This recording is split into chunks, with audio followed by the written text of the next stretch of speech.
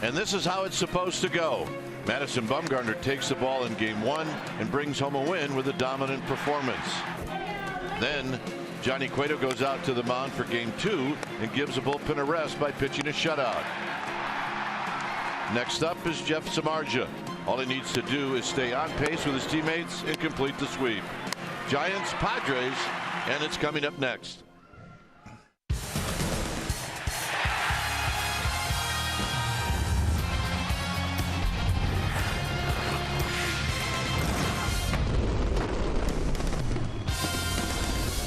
Day baseball here at the Yard. It's a little damp, it's a little chilly, but our fans, they don't care. It's the Giants and Padres as we wrap up this 3-game series. Hi again, everybody. I'm Dwayne Kuiper. Alongside me is Mike Krukow. Well, the Giants are in a spot on Sunday where, a win and they would have swept that series. They can do it again today. And today they've got Jeff Samardzija on the hill. And the way he's been throwing, score a couple of runs for this guy, and they got a shot at doing that.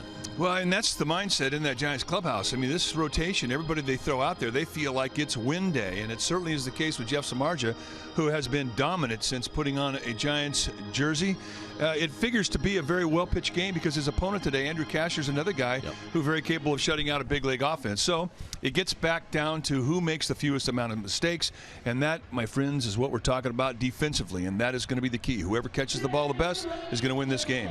All right, Buster Posey not in the starting lineup. He's fine. And it's Trevor Brown catching Jeff Samardzija. Stay tuned. We'll take you to our CSN Bay Area studios for an update, and we'll do that right after this.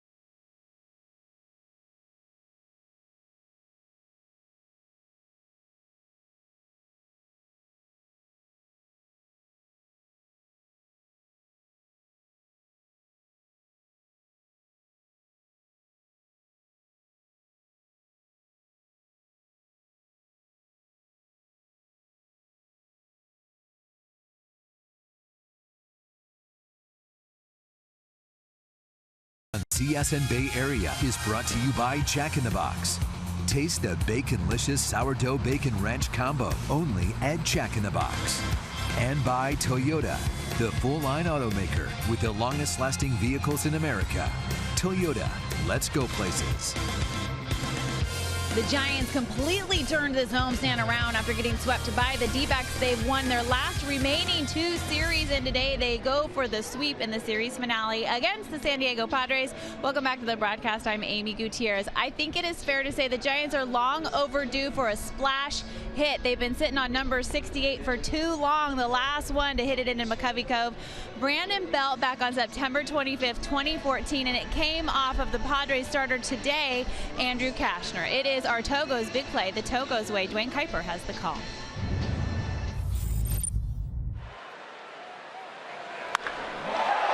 Belt hits one high, hits it deep. It is out of here. Into the pond, and it's 2-0. Well, let's take a look at who has racked up some splash hits. No surprise here, Barry Bonds leading the pack. Belt in the mix, though, with 4. Maybe he's going to hit number 5 today. You've got Andrew Cashner on the hill for the Padres going up against Jeff Samardzija of the Giants. Lineups, first pitch, Kruk and Kuip. All of that coming your way right after the break. Stay with us.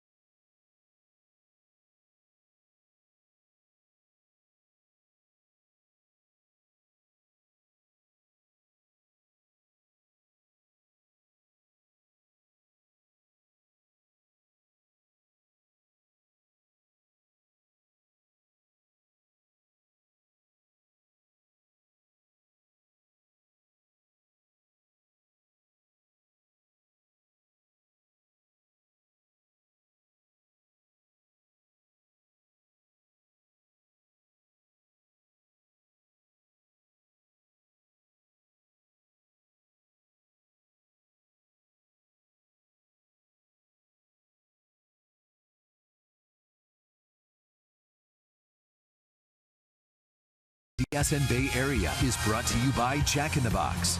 Taste the Baconlicious Sourdough Bacon Ranch Combo only at Jack in the Box. And by Toyota, the full-line automaker with the longest-lasting vehicles in America. Toyota, let's go places.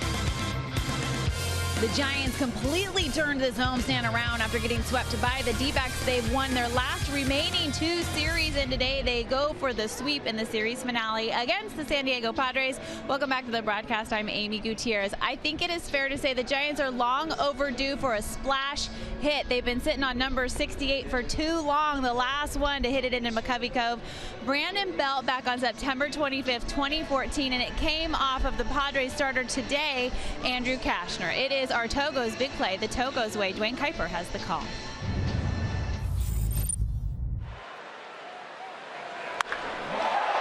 Belt hits one high, hits it deep. It is out of here. Into the pond, and it's 2-0. Well, let's take a look at who has racked up some splash hits. No surprise here, Barry Bonds leading the pack. Belt in the mix, though, with 4. Maybe he's going to hit number 5 today. You've got Andrew Cashner on the hill for the Padres going up against Jeff Samardzija of the Giants. Lineups, first pitch, Kruk and Kuip. All of that coming your way right after the break. Stay with us.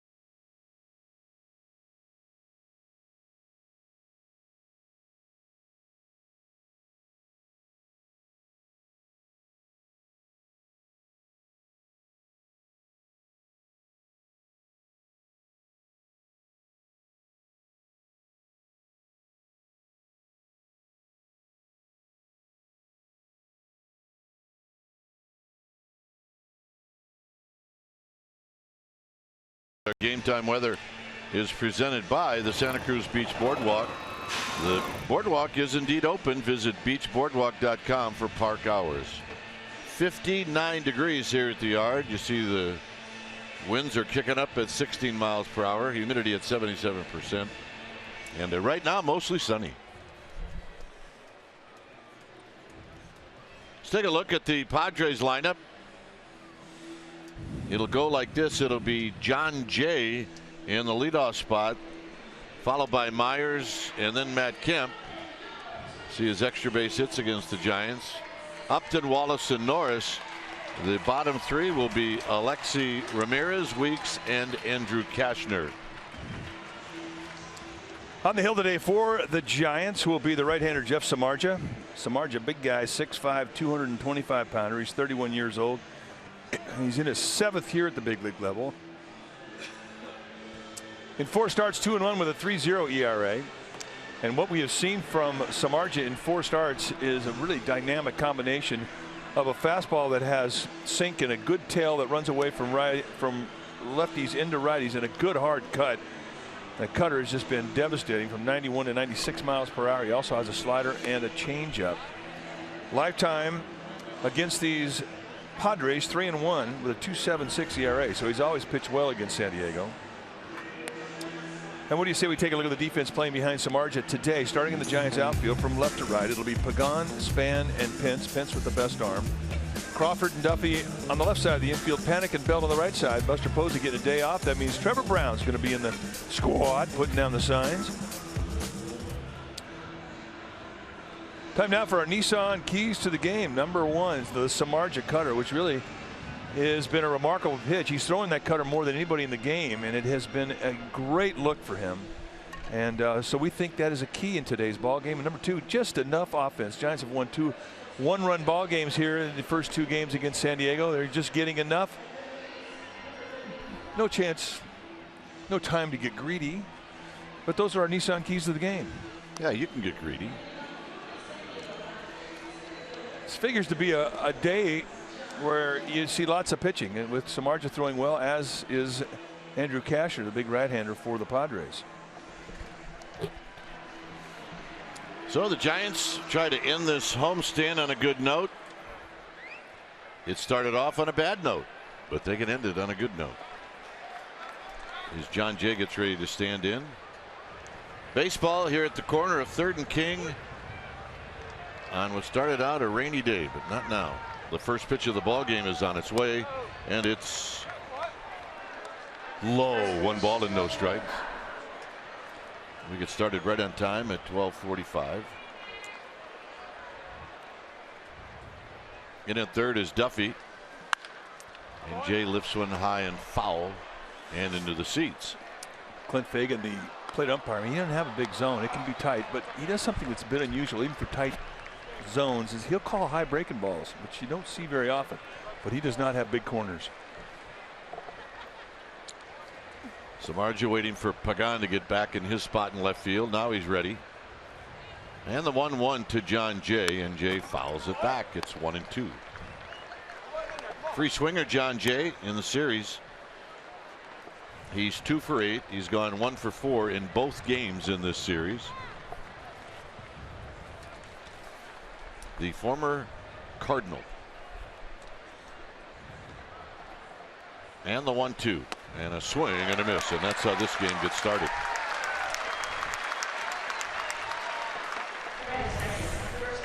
Take a look at the rotation on the slider. You see the little red eye because of the way that the ball spins. He drops it down towards his back foot, gets him to swing over the top, and that's his first strikeout. Good slider. So here's Will Myers. Myers hitting at 306, so he's off to a good start. He's got 4 home runs. He's got 9 driven in. Myers is 2 for 9 in the series, and here he takes a ball inside 1-0. Padres are 7-14 on this young season. They've lost 4 straight. Giants are 11-11. They've won 4 of their last 5. Remember, they started out this homestand by losing 4 straight to the D-backs. But they've bounced back nicely. The 2-0 delivery to Will Myers. On the ground, Duffy to his left, 2 outs.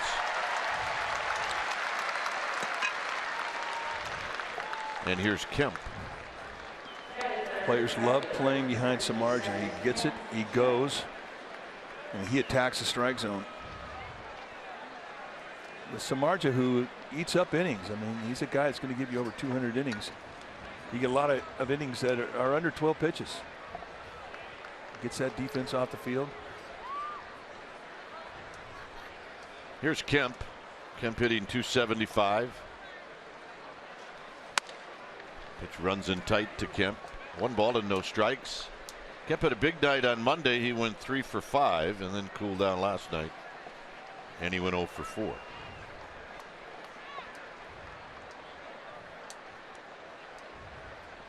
And the right-hander deals, and there's a fastball high. It's 2 balls and no strikes.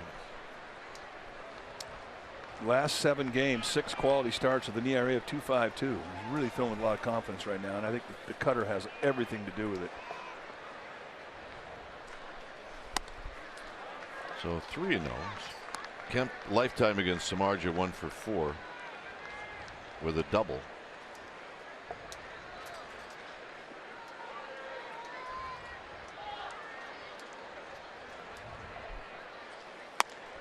And he comes in with a strike to make it 3-1. Kemp taking all the way.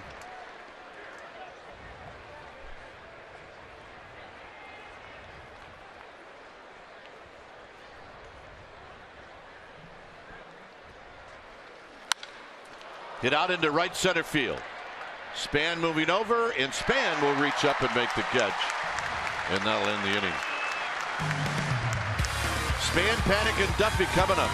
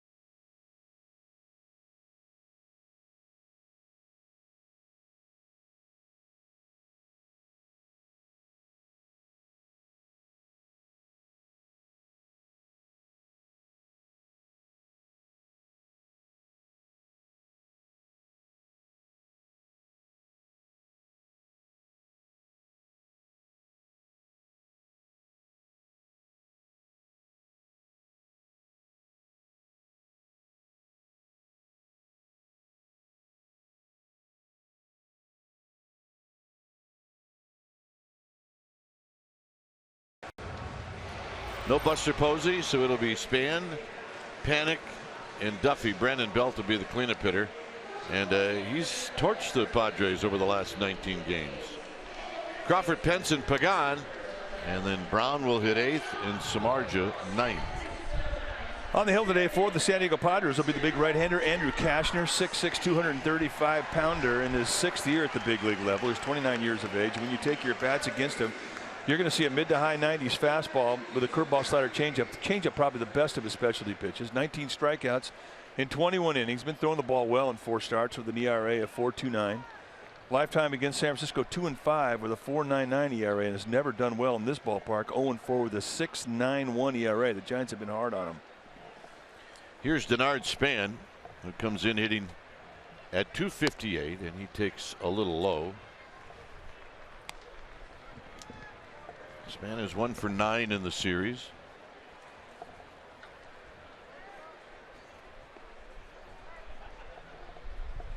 Foul back.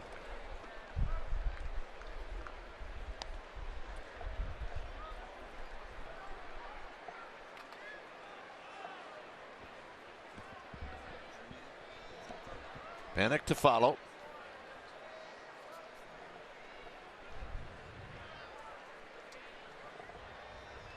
And the big right-hander now throws, and Span hits a little pop-up third base side. Wallace is going out, and he dropped it. Never quite sure he had a good handle on it the whole way.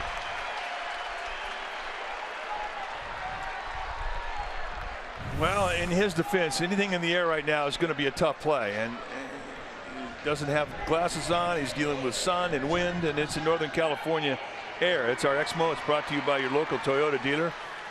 Never gets close to the pocket, hits it right off the thumb. So right away, Cashner going to get tested and try and pitch through an air here. That's an opportunity for a base dealer like Span. And Panik takes a strike. Joe Panik had 3 hits on Monday. Came back yesterday and went 0 for 3. Span's going to do some work on a shoestring. Joe is 3 for 10 lifetime against Cashner. One of those 3 hits, a home run. So we'll see if Span has any ideas of taking off against Andrew Cashner.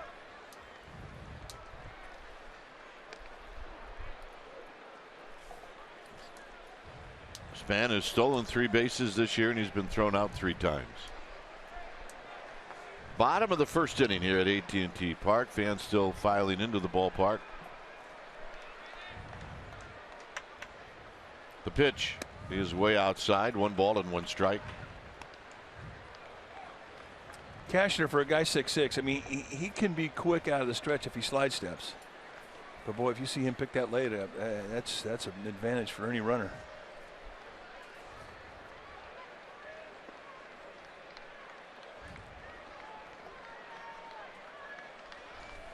Span that time, I was going to say he got a late break back, and they called him out. Billy Hayes does not think so. So Span's going to stay there. I'm sure they're going to take a look.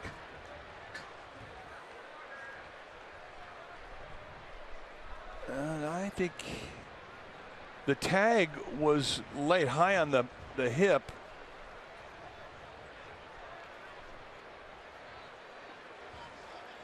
Oh no, he's safe. I see what Billy Hayes is seeing.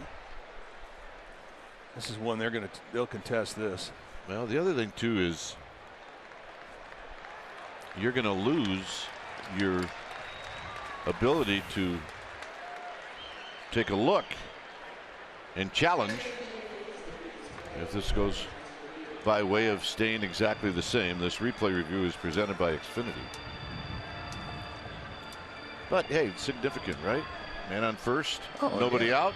Kidding me? I mean, first inning for a guy like Cashner, like a lot of good pitchers, that's when you can get them and they're most vulnerable. They haven't really locked into their rhythm.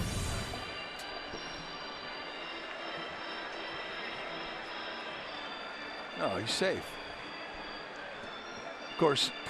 Yeah. How we been doing lately? I mean, the fingers are on right now, and he hasn't touched them. I do want to put out this disclaimer to all watching. This is an unbiased opinion from us. Well, we're trying to be unbiased. And I'm looking over at the Padre broadcasters, and they got him out.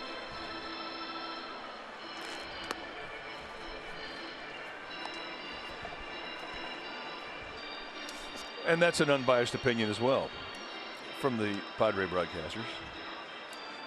Don Orsillo and Mark Grant. Yeah. They both, by the way, have Span being out. Both Giants broadcasters safe. He's on the bag right there. He hadn't touched him. So are you 98% sure or 100% sure? Well, I've been 100% sure here a lot over the last weekend, and it hasn't exactly been working out that way.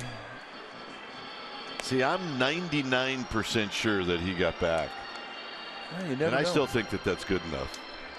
Well, I'm hoping you're right. Here's the problem, and I know that there has to be it's easy for us to say up here, but you know who you're punishing here? Andrew Cashner. Yeah, Cashner's out there, and He's trying to find a rhythm. Now he's going to have and he's safe. Good call. And it does mess with your rhythm if you're out there on the mound. I mean, to find a way to speed things up would be a good thing. I just don't know how you do it. So nice job, Chad Chop, Sean Dunston in the Giants clubhouse. So they get to work again Friday, right? Yeah. They live to see another day. Blocked by Norris. Span thought about it. Let's take a look at that defense playing behind Cashner for the Padres today. Starting in the outfield, it'll be Upton, Jay, and Kemp. Good arms on the corners, left and right field. Ramirez and Wallace on the left side. Weeks and Myers on the right side. Derek Norris, he'll be in the squad, putting down the signs. 2 balls and 1 strike.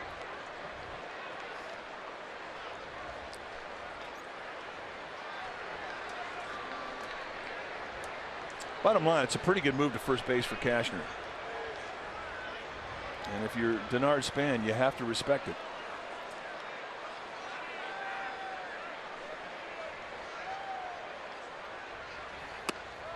Outside to Panic. 3 balls and 1 strike.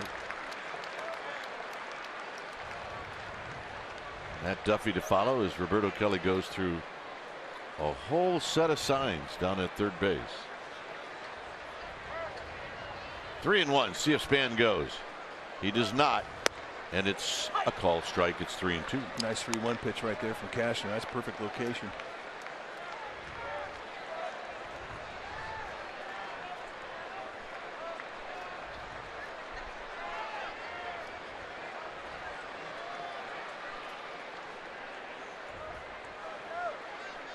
Span goes. Ball 4.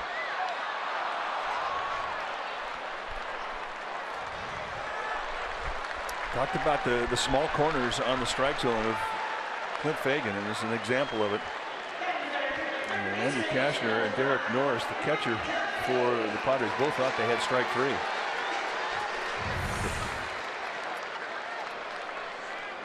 Just a wee bit inside. So here's Duffy. Duffy hasn't found many holes lately. He's hitting at 238.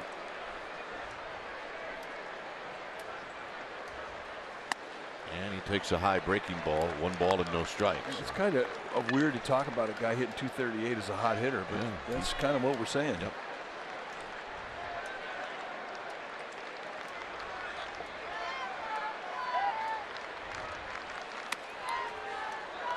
So Norris keeps that from going to the backstop. It's 2-0. So first inning troubles for Andrew Cashner. See, we mentioned earlier, it is a bit breezy today. Well, Cashner's thinking this may not be my day here. I mean, in the air to start the game, I pick a guy off, it goes to review, and they overturn it. And I walk a guy in a close pitch. There's a foul down the right field line into the seats.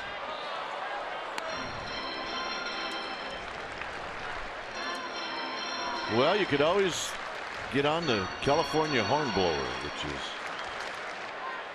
cruising its way into the cove. There's the hornblower.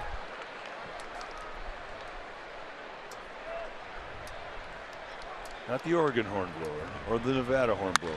And a base hit to right field. And Span's going to be held up, so the bases are loaded. Another great at bat from Duffy with a runner in scoring position, and just hit it too hard. And we mentioned the arms on the corners in the outfield here of this Padres team. Very, very good. Kemp has a nice arm, an accurate, strong arm, as does Melvin Upton in left field. High fastball, just flip it right into right field. He uses that side of the field so well. Amazing thing about this, Mike, is we've seen Kemp play literally right center field the entire series. And they had Duffy played perfectly on that pitch. They did. 1 hop right at him. I mean, Roberto Kelly had no choice but to hold up Span at third. So here's Belt. And Belt takes high. 1 ball and no strikes. Crawford to follow, and then Pence. In air, a walk, and a single.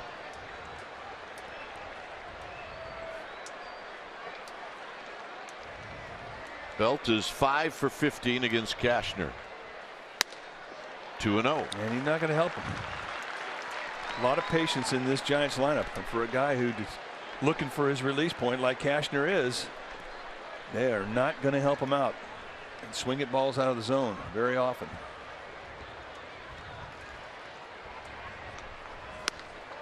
3-0. Tight corners.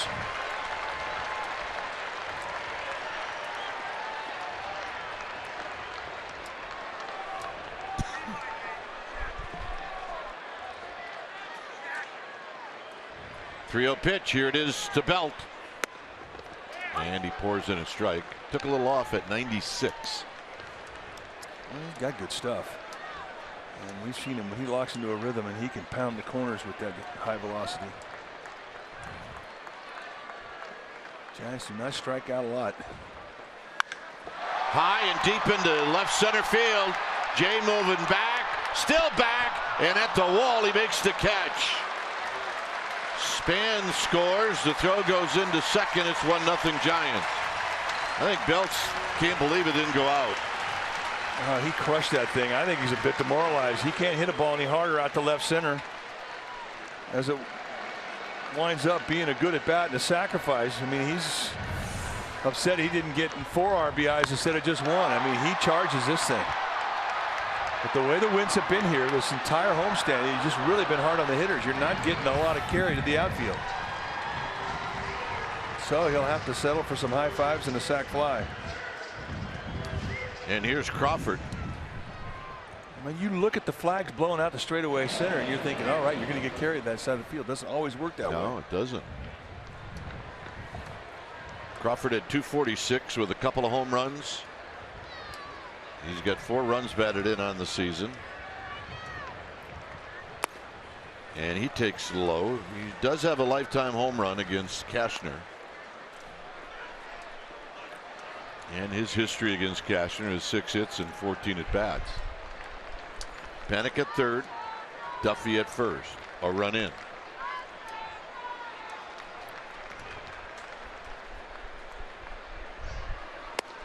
Two balls, no strikes.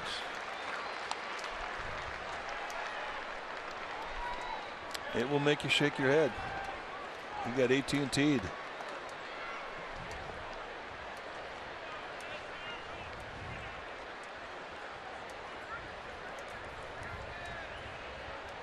Norris setting up away, and Crawford fouls it the other way, and it's 2-1. A lot of nice hitting counts in this inning for the Giants against Cashner. He's had to pitch from behind just about the whole inning.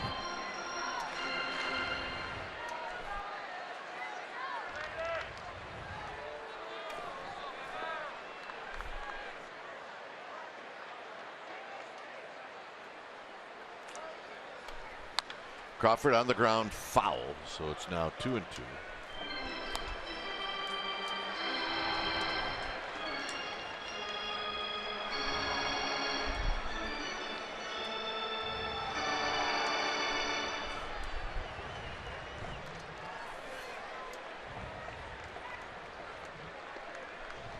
Well, strikeout situation for Cashner.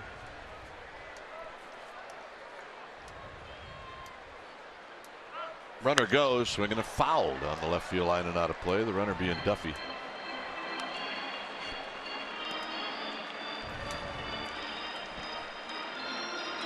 Oh yeah, Larry the Cable Guy's here. Yeah. And he packed his guns, didn't he? Oh yeah, gun show just around the corner.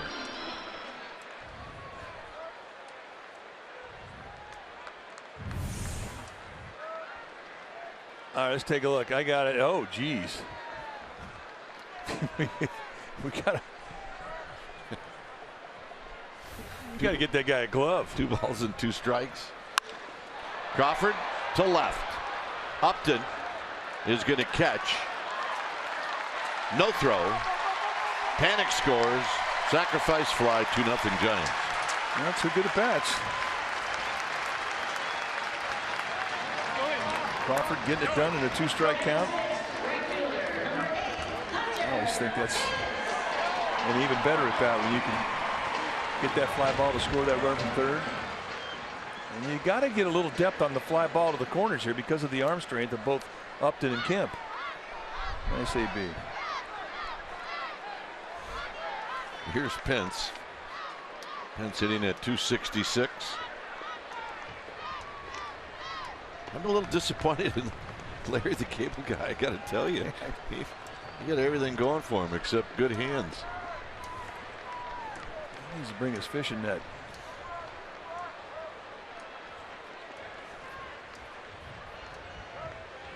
Pence has 2 lifetime hits against Cashner. He had 19 at bats. One of those hits a home run. So he still got the ball on the rebound, right? Oh yeah, he got her done.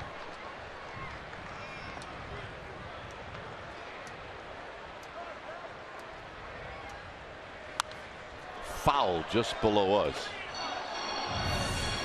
I got it, Mike. I got this one. Oh yeah.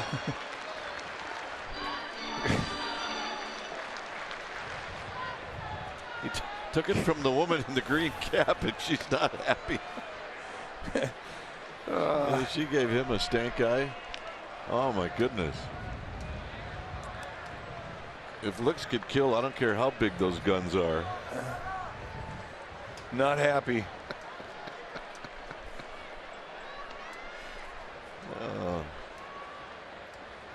Here's the 1-1 and a breaking ball for a strike. 1 and 2. Good tight little breaking ball there. That's the best one he's throwing. Giants have been so good at getting pitches out of starters, especially in the first inning. And here is Cashner about ready to throw number 28. That's a lot of throws.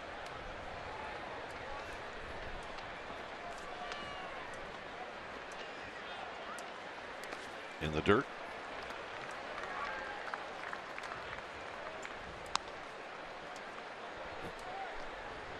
You see the ratio, 14 strikes, 14 balls.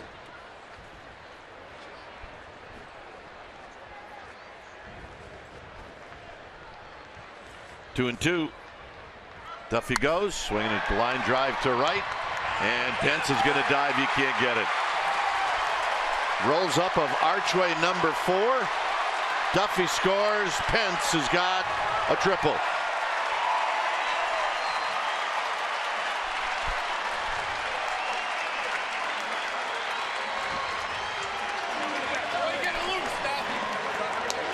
That's one time where the defensive shift kind of burned the Padres. They really took away the gap in right center. High fastball. It's a mistake. And right now, Pence is taking mistakes and he's making them hurt. Side this ball well, drives it. And this meeting on the mound now brought to you by Ring Central, business communications made simple. I mean, Matt Kemp tried to get him off the field with the dive, but it really didn't get that close to it.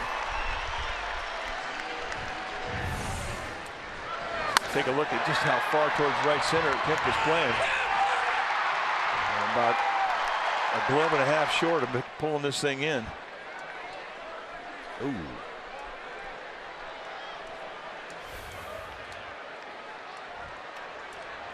So here's Pagan. And Pagan looks at a strike. He's had 3 hits lifetime against Cashner, 3 for 9. Comes in hitting at 342.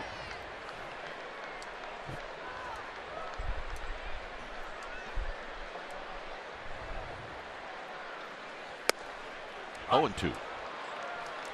Fastball, fastball. And really, for the first time today, really on top of a hitter 0-2. See what he has done lifetime here at this ballpark. It has not been nice to him.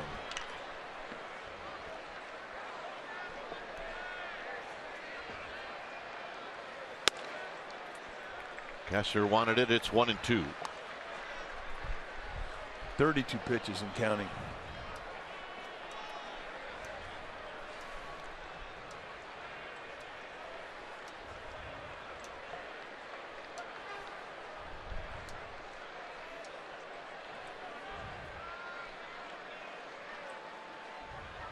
And tight again. 2 balls, 2 strikes. Now 33 pitches.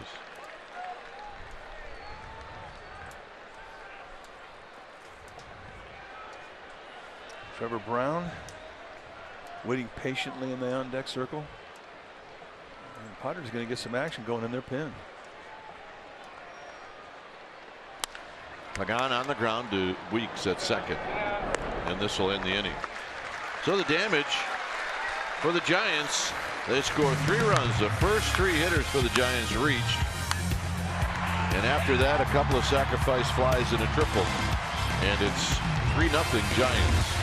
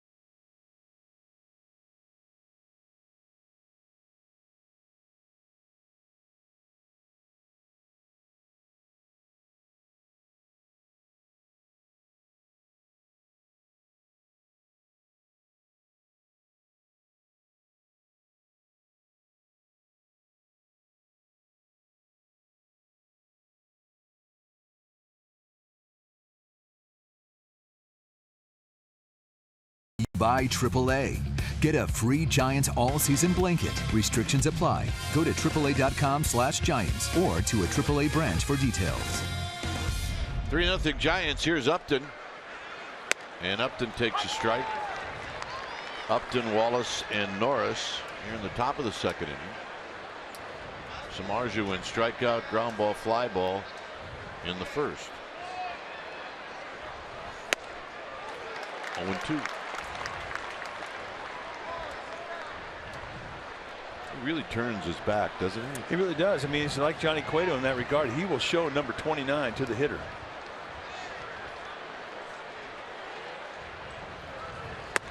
Well, is there a good thing and a bad thing about doing that? Well, it's a little bit more difficult to pick the ball up against him. You don't see it quite as early as you do without the turn.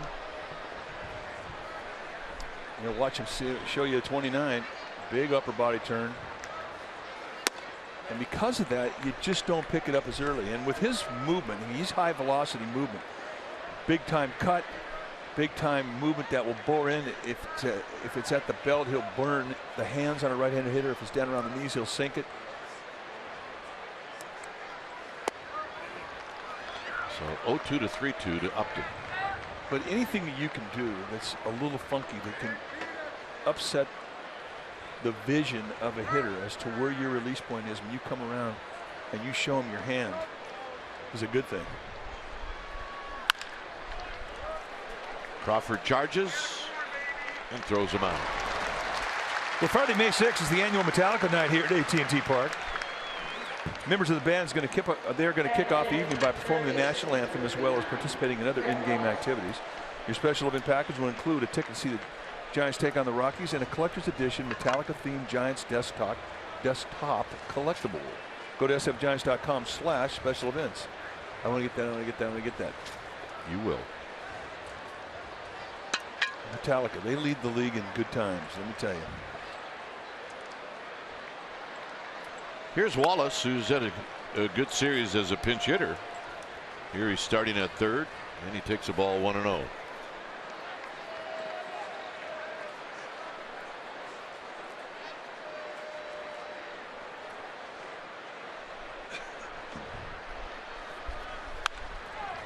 This is popped on the infield, and Belt is going to call off an All-American wide receiver and make the catch. He wanted it.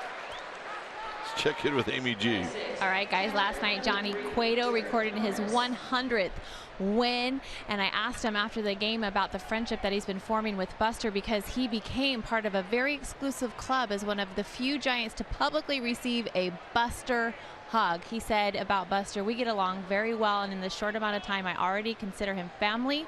He's like a brother to me." Guys, So here's Derek Norris. Well, they really hooked up last night. So Buster will be flying to the Dominican Republic for Thanksgiving this year. It could happen. I don't think Buster even realizes it. He better get a flight. Here's the 1-0 pitch to Norris, and there's a strike. But he's also going to get invitations to go to Bumgarner's, Samardz's, Peavy's, and Matt Cain's house.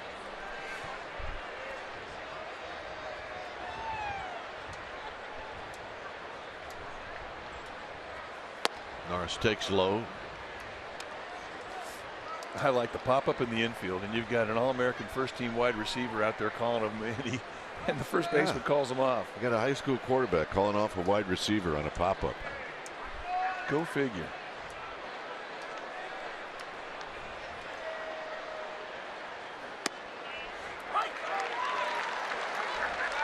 Two and two. I think a little backup slider took out the inside part of the strike zone. Derek Norris was not enthusiastic about that call.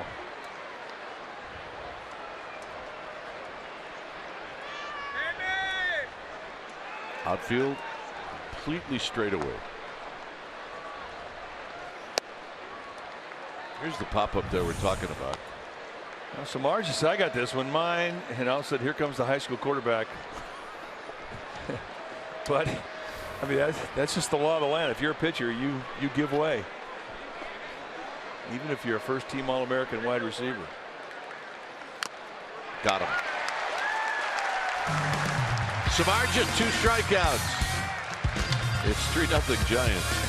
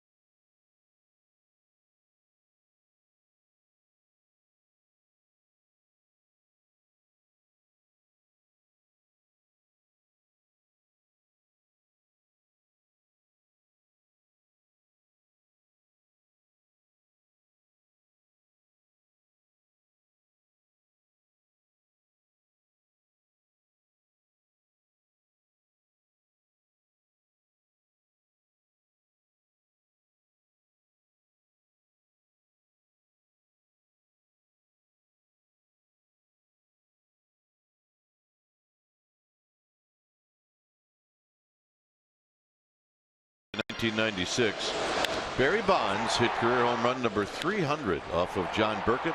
Burkett then of the Marlins. Bonds joined his father, Willie Mays, and Andre Dawson as the only members of the 300 home run and 300 stolen base club. Steve Finley, Alex Rodriguez, Reggie Sanders have since joined the club. Bonds hit career home run number 301. Well, how long did he wait? Well, he hit in his next at bat, also off of Burkett.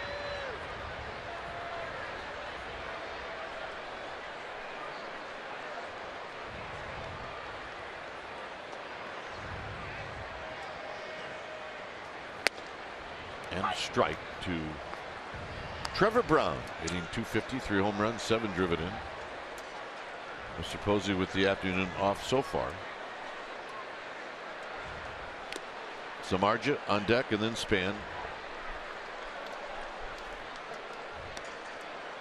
There's the wide receiver we were talking about. He might have been able to do the same thing. I think he could. 2-1.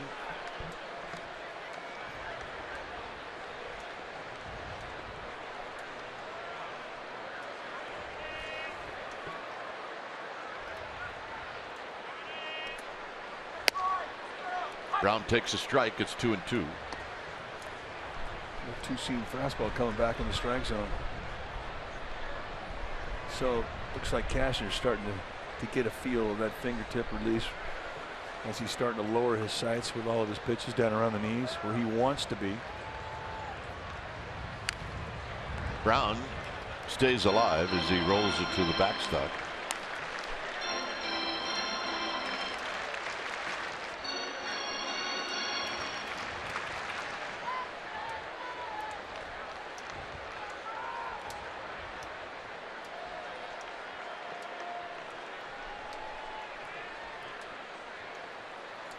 And the 2-2 to Brown, and Brown waves at a pitch and strikes out.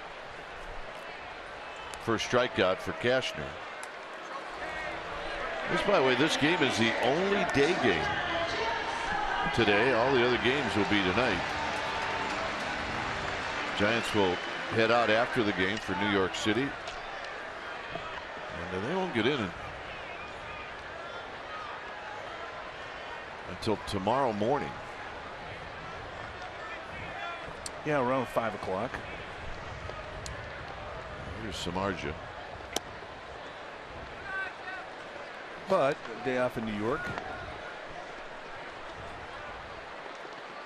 I always thought it was an asset if you were a player that could sleep on a plane.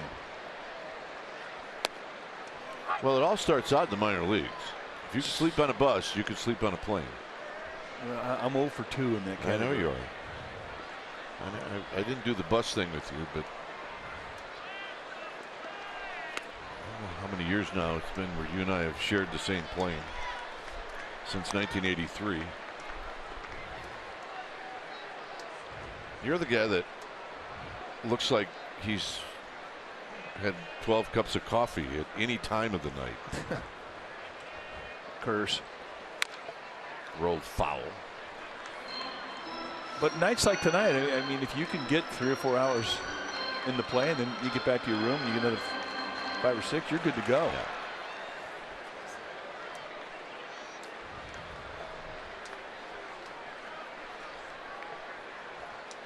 One-two. And he got him. He called him out. 2 strikeouts now for Cashner, bringing Span to the plate.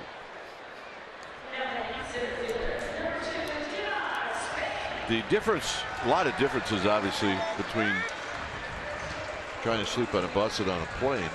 The bus rides in the minor leagues sometimes can go on for a couple of days. Yeah. Literally. When you get on one of these rides from El Paso to Little Rock and they have to stop in between and change bus drivers, you know it's going to be a long ride. There's a strike to Span. And you really have to be able to sleep. So I'm assuming that you pitched a number of games in the minor leagues where you didn't have any sleep. Yeah, I didn't. Just you know, there's. So what our manager did, he says you're pitching every first game when we get in. So well, that doesn't make any sense. Well, he just figured I wasn't going to sleep anyway, so why not? You know, you get the first day, then you'll sleep. There's a drive foul.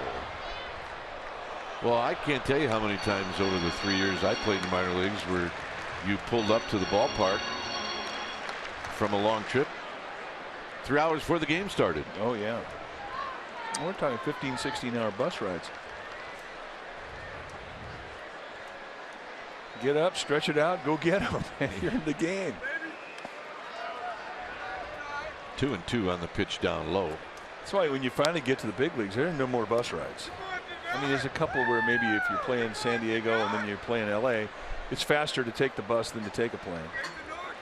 But for the most part, you know, there's no inconvenient bus rides where you're grinding for 15 or 16 hours.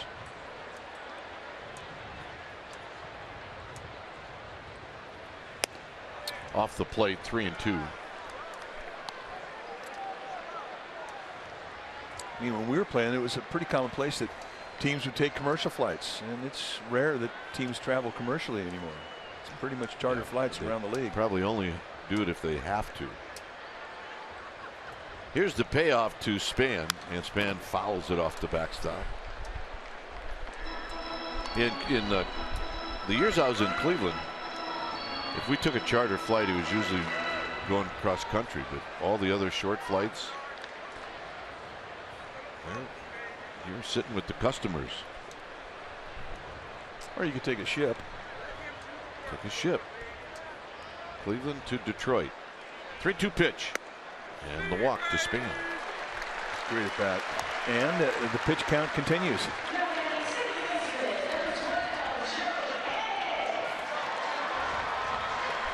Here's Panic. Panic drew a walk in the first.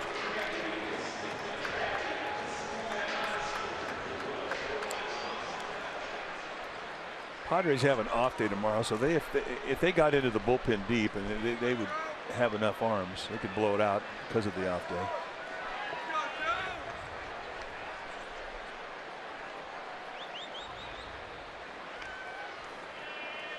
And they also started the series with 5 extra guys on the bench, and they sent a guy out and brought another pitcher, so they have plenty of arms.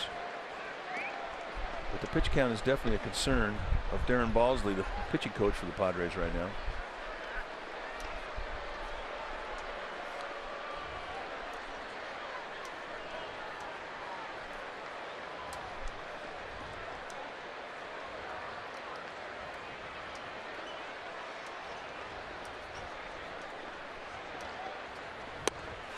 Snap throw. And they're giving Span a workout. He's been on the ground about 8 times in this game already. Picked off once, only to have that overturned.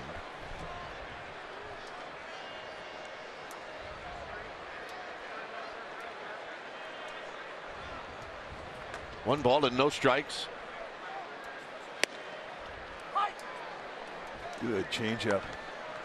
Hey, look at Span and all the dirt on his chest. It's almost like he's trying to rub the letters off his chest. He goes back that bag, it's always on his belly.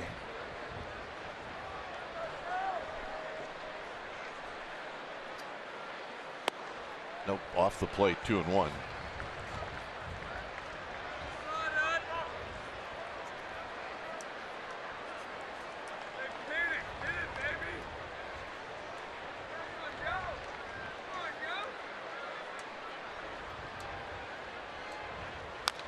Dribble foul off of Joe Panic. It's 2-2. Fastball changeup, fastball changeup. Really haven't thrown many breaking balls.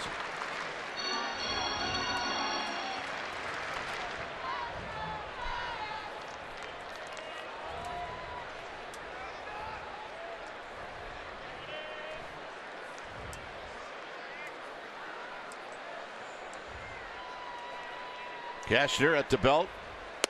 And it's 3-2. He's thrown a lot of pitches. Yeah, I mean, he's getting up around 60 now. And we're talking 2 innings worth of pitches. I mean, ideally, you want to have 60 at the end of 4. Span's going to go. And Panic drives it into center field. But Jay's got a beat on it. And that's going to end the inning. So when it's all said and done, the Giants strand Span. 3rd inning coming up.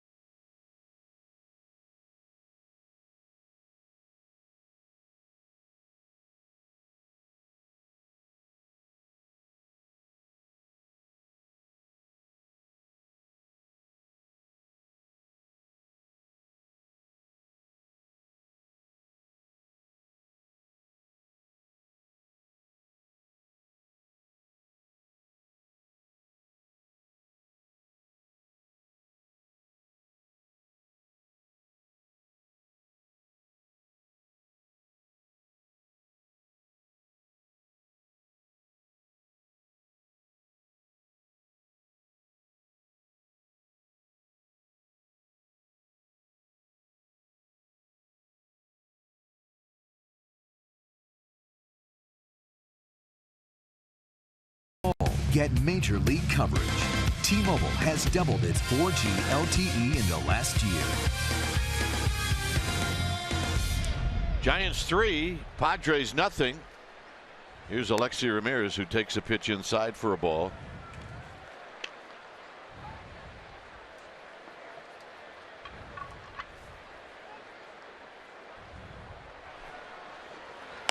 Ramirez shows bunt and he takes a strike.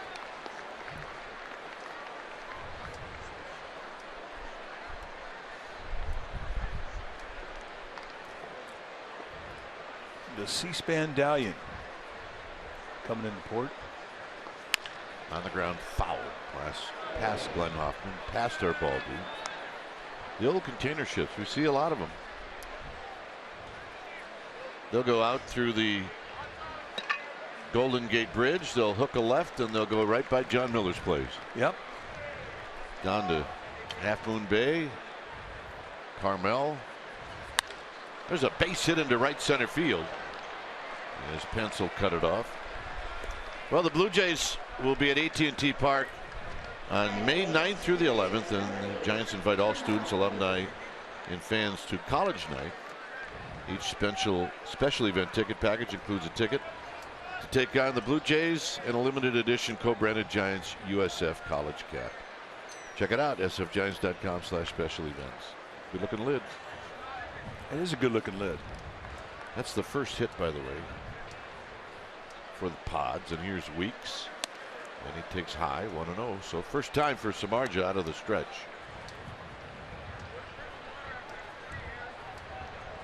Yeah, John will be looking out his back window and he'll see a ship go by and he'll come to the park and he'll see it again. Yeah, John living in Moss Beach, right on the water.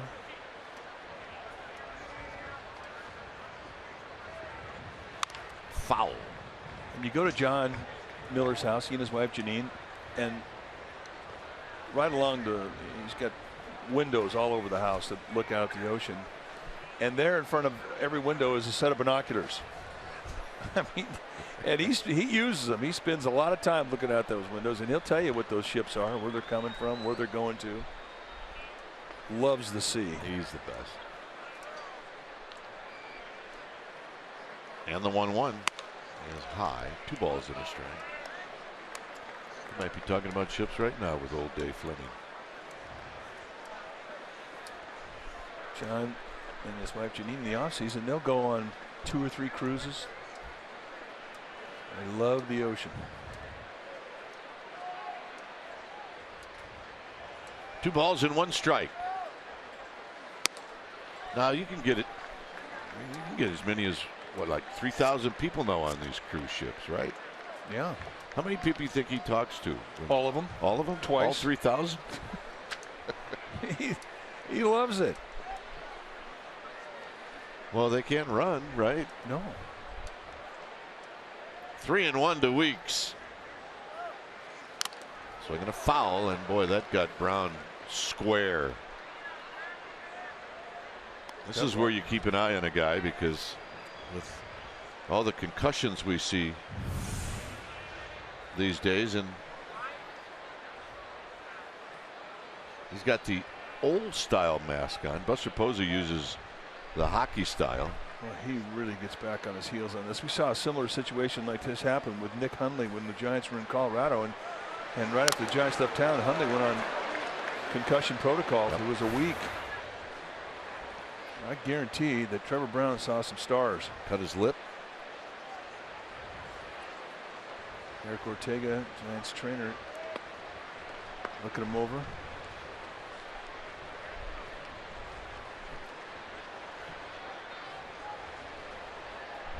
Well, we talk about it all the time with the Giants' history and what happened with Mike Matheny. None of this is taken lightly, and it's not taken lightly by any team. But the Giants lost a terrific catcher and watched it end his career. Mike Matheny in a series down in Miami, he had 2 or 3 hits to the mask, and that was it. He never could recover, and it cost him his career. I mean, it was long into his retirement, I guess you could call it, before he started to feel normal again. 3-2. We'll see if Ramirez goes.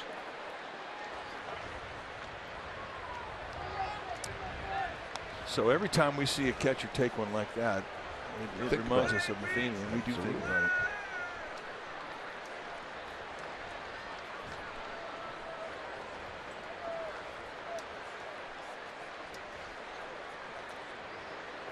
Ramirez does not go, and another foul, and this one off the glove of Brown.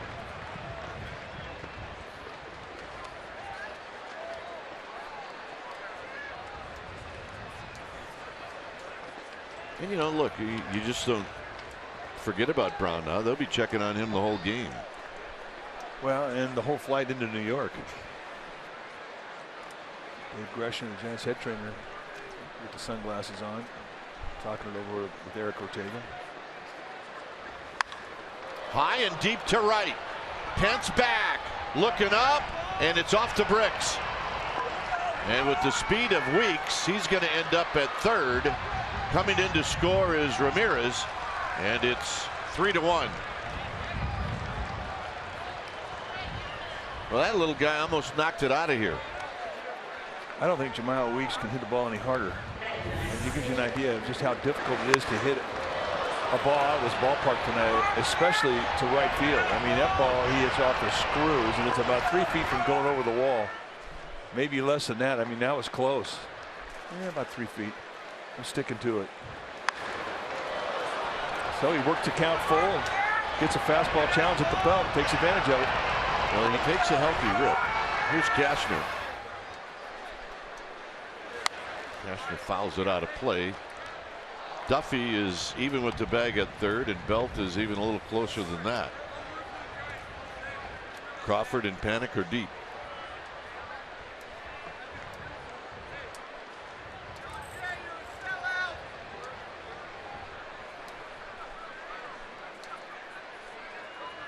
And tight to Cashner.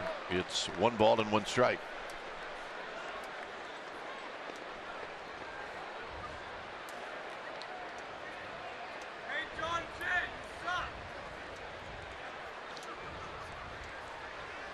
Swinging a bouncing ball foul. So now Samardzija can dig into his bag of tricks and go for the strikeout.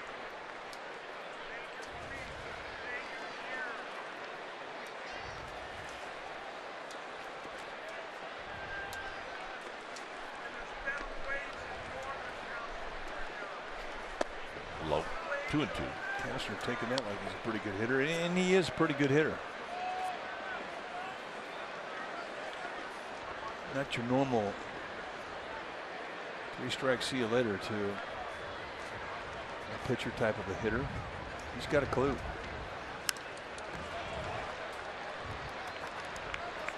Yeah, 1 for 6 on the season really didn't tell the story. No.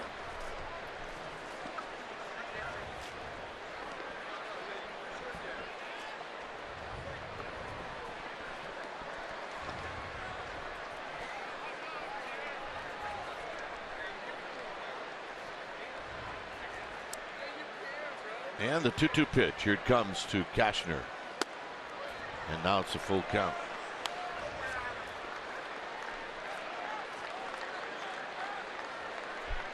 So this becomes a big pitch for Samardzija.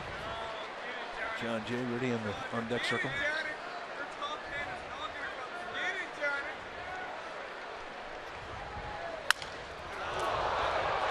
Crawford is going to get the out at first. He thought about it, but with the speed of Weeks, not a good play. Weeks scores. It's 3-2. Well, the preset defensively sort of determined what your decision is going to be. And Crawford's got a great arm, but with weak speed, he looked at it, thought about it, but with a lead, you're not going to mess with that. You're going to take the out. Yeah, Weeks had to wait until that ball got past Samardzija. So here's John Jay. Swinging and fouling out of play. He comes up that bench hacking. He does. He does.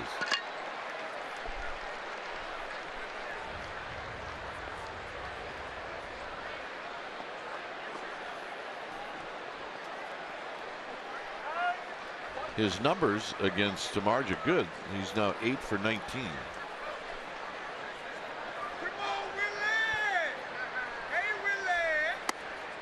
Up and in to even the count.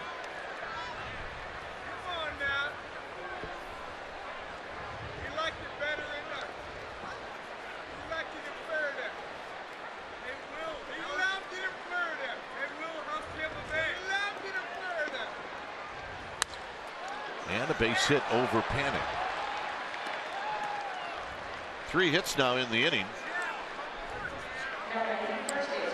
Well, that's the hit that gets it going again. I mean, a couple hits, a couple runs scored, all of a sudden you got nobody on base, 1 out. Jay, with that base hit, sort of relights the fire. And once again, it becomes a stress inning.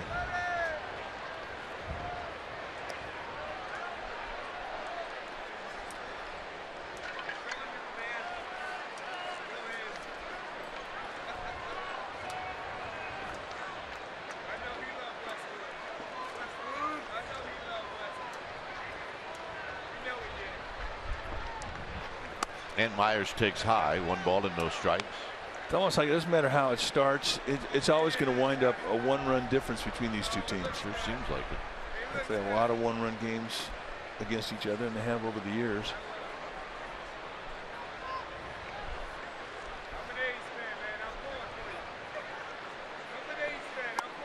Two 2-0, so Samardzija now a bit out of whack. Well, he's lost the slider, and he hasn't really shown that he can get that changeup over. He ain't throwing one at all, so it's been really the fastball with sink and the cutter that have been his best friends.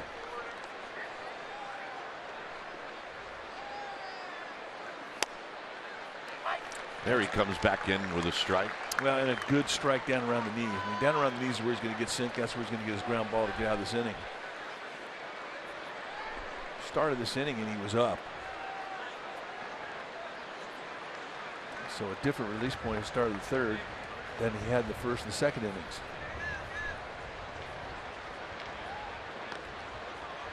And I think it's easier for him out of the windup to control the knee-high location of the strike zone. See him set the circle change, grip in his hand.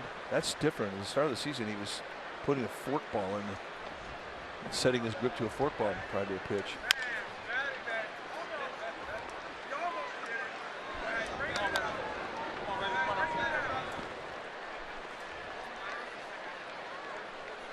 Well, the strikeout story. Trevor Story on top. Myers in the top 4.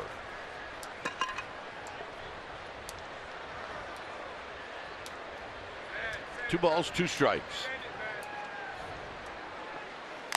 Got him. So he adds to that total, and that's a big comeback there for Samardzija. Just go up top, right across the letters. And Myers has got a little bit of an uppercut. Cannot keep that top hand over it. See ya. Here's Kemp.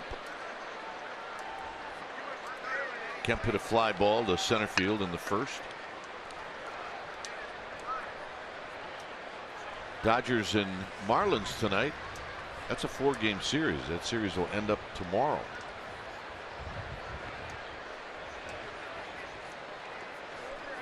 And the first pitch is high, 1 ball and no strikes. Pirates are in Denver again tonight. Cardinals are in Arizona tonight.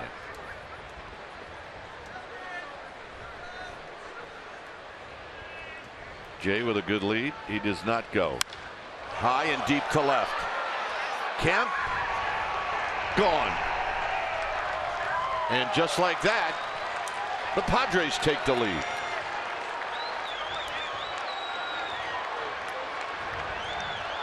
Kemp hits his 6th of the year. And it's a 4-run 3rd inning.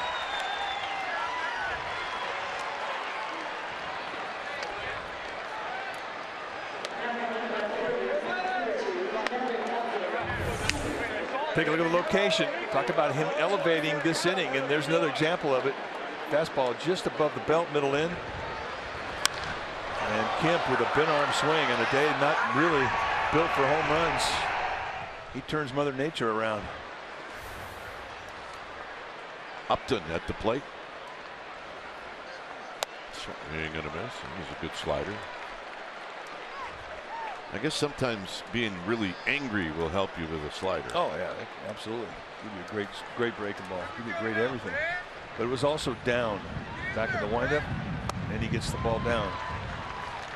And these are things that will be noticed by Dave Righetti, Mark Gardner. They don't miss anything. And those are things that you work on between starts. So Upton ends up paying for the home run by Kemp. It's 4-3 Padres.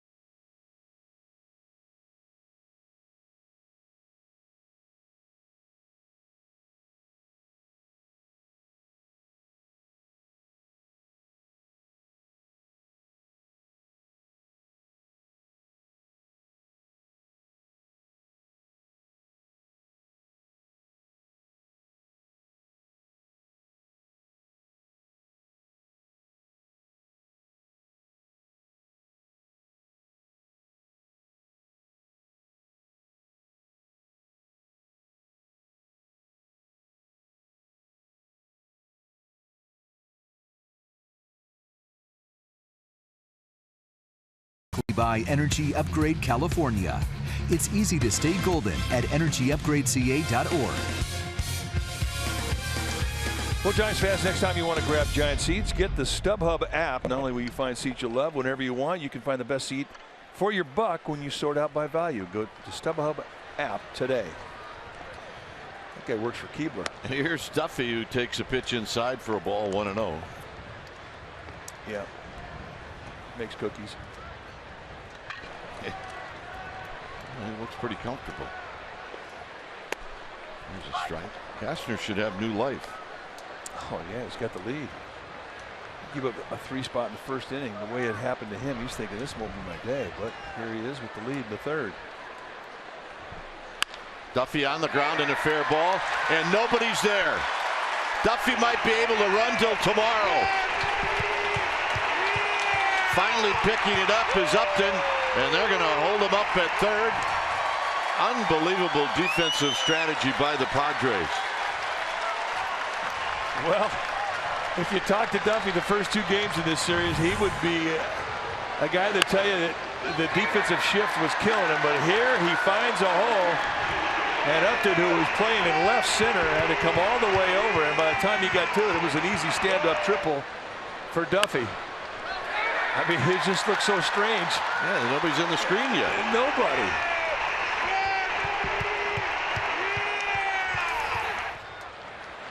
So Belt takes a ball. Kastner thought it was definitely a strike, and it's 1-0.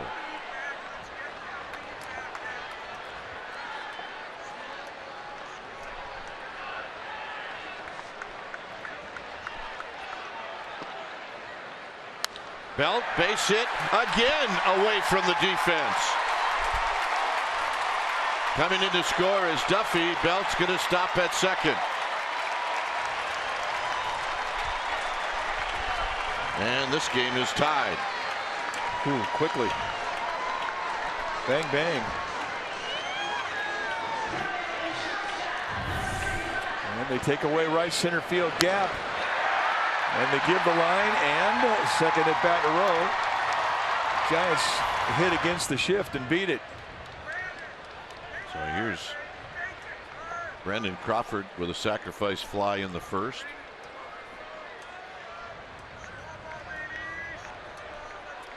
Belt at second, nobody out, and Crawford takes low.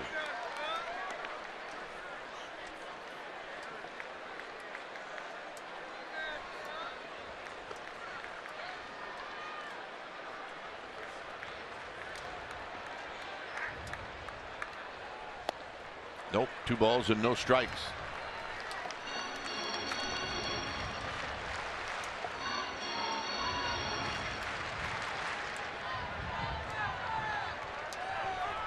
Two and 0. Pence to follow. And Crawford hits a high pop up into shallow left field. And Upton puts it away.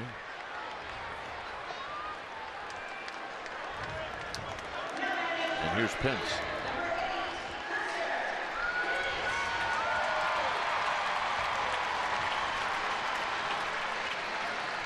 Pence tripled in the first inning.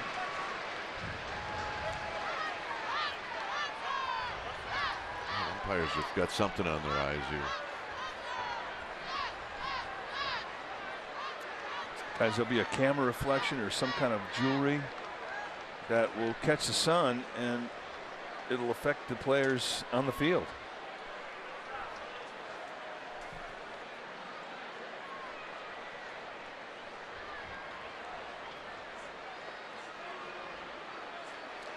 Is that Art?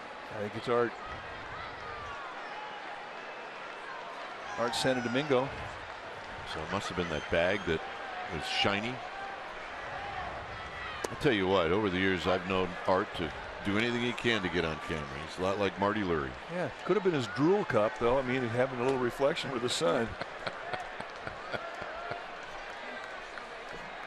Come on, Art. Hang with him, Art. There's a strike. It's 0-2 to Pence.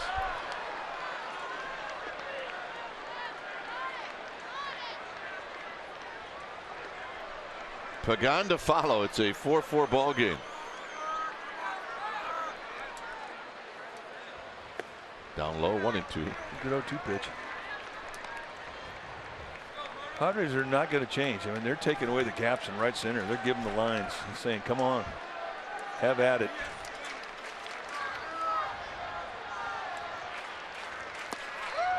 That's a great play. That's the play of the day from Derek Norris. It's 2-2. You just let your hands think for themselves here. I mean, this is a first-class scud. That's way out in front of home plate.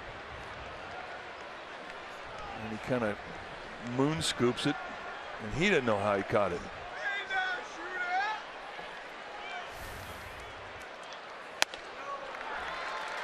A 95 challenge high fastball. It's 3-2. 0-2 to a 3-2.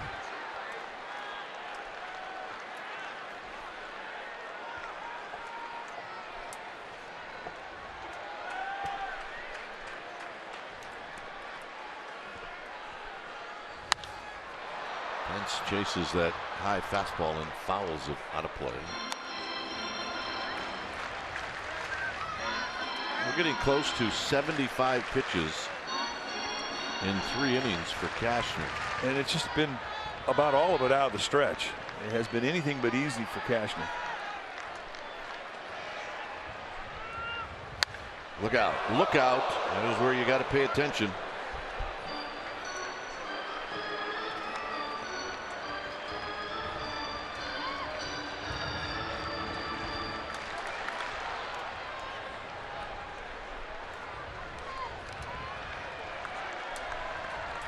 Everybody all right? We're good.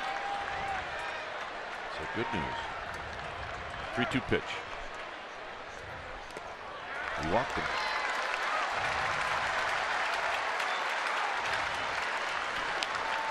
Padres are getting real close to having to get I open up a can of bullpen here, and the pitch count is what's dictating it.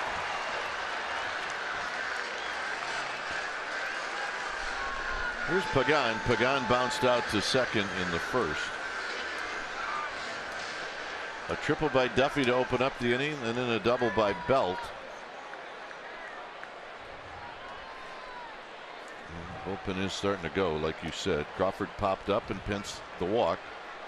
So Pagan with Brown to follow.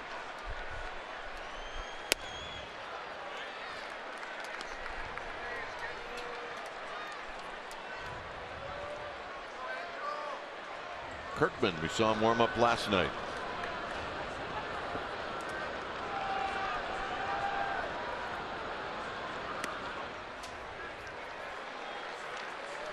Just a bit outside.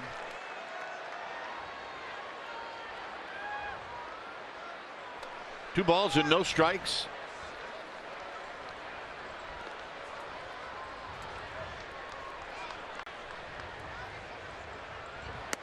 And a strike. 2-1.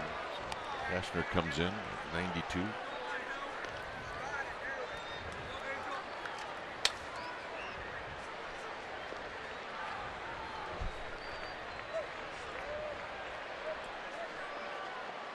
Look to second. 3-1. Another good count to hit in. And Pagan has been the hottest Giant hitter. 34 pitches in the first, 24 in the second, and he's already in the 20s here in the third. I mean, that's an enormous amount of throws. 78, ideally 45 or less after the third. So Pagan said, you know what, I'm going to just let out some shaft. It's 3-2. Yeah, why not get greedy? For one pitch, one location. The way he's been seeing the ball, why not?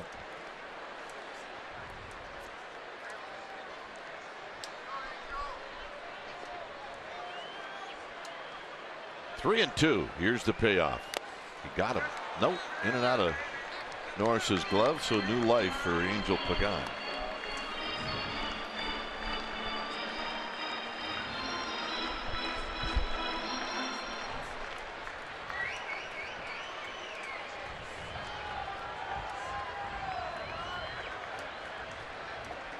Belt at second. Pence at first. Pagan lifts it down the left field line. That'll be a souvenir. What are your legs feeling like now as an infielder? Pretty tired. Pretty tired when you have to get set 81 times with one out in the third. And another foul out of play. And we talk about it just about every day now. The way the Giants consistently run those pitch counts up on starting pitchers. I mean, it really is one of their strengths as a lineup. They will make you work.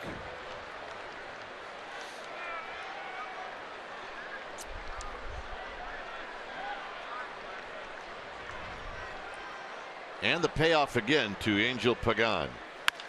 Double play ball. 6-4. Not in time.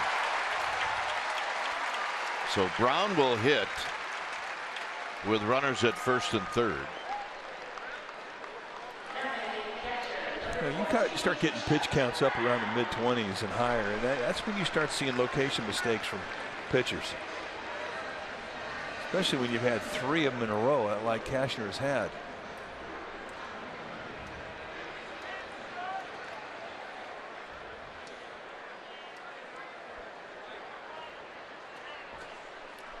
Brown struck out in the second.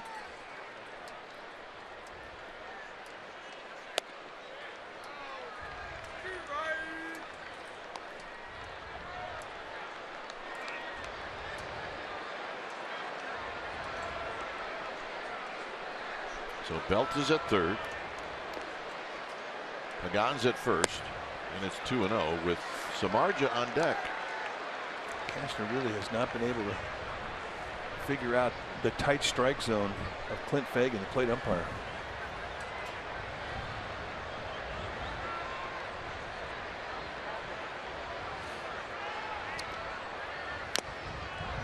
Shot foul at the plate. 2 balls and 1 strike.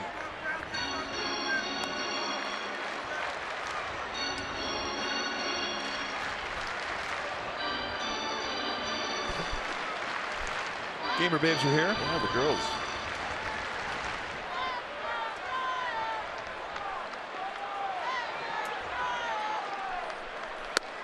Two and two. Why did I think that they practiced that in their car coming? Oh, and they'll be singing it on the way home too. 2-part harmony. 2 balls and 2 strikes to Trevor Brown.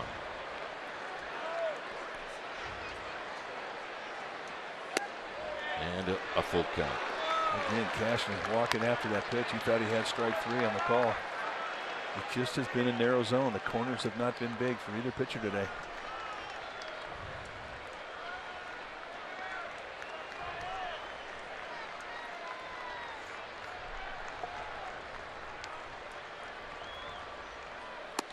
And the walk, so Samardzija's going to hit.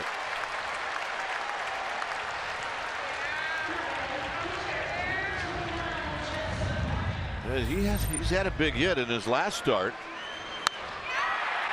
You know what I mean? And he's been pretty athletic about how he gets them too. And you pitch him away, he goes that way. You pitch him in, he'll pull it. I mean, everything he does is athletic. Well, we're going to get a new pitcher. When it's time for a change thing, Speedy Oil Change and Auto Service, your oil change tune-up and smog experts.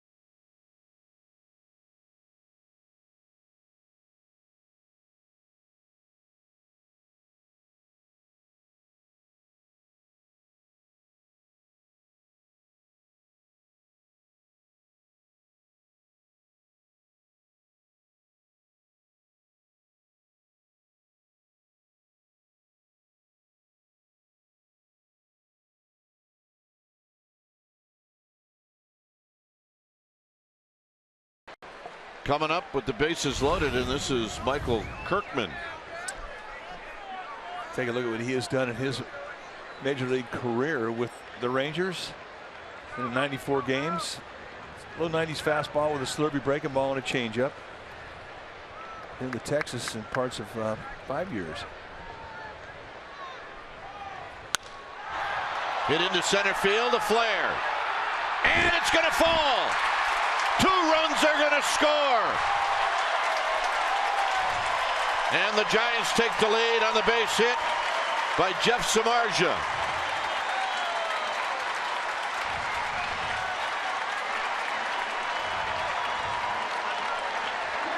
How about that? Now right off the end of the bat. But a nice swing. Boy, he really stays down through it. And not even Kemp with a pretty good jump to catch up to it. I mean, with 2 outs, you're going to get everybody going on a good start. An easy score for 2 runs.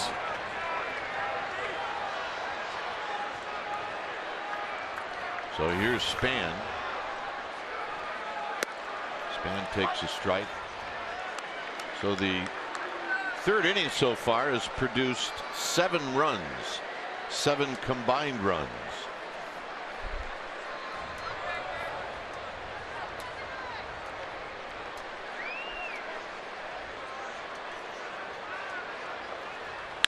On the ground towards the hole. And the forced play will end the inning. Giants come back. They retake the lead. They get a triple, a double, a single, throw in a couple of walks, and it's 6-4 Giants.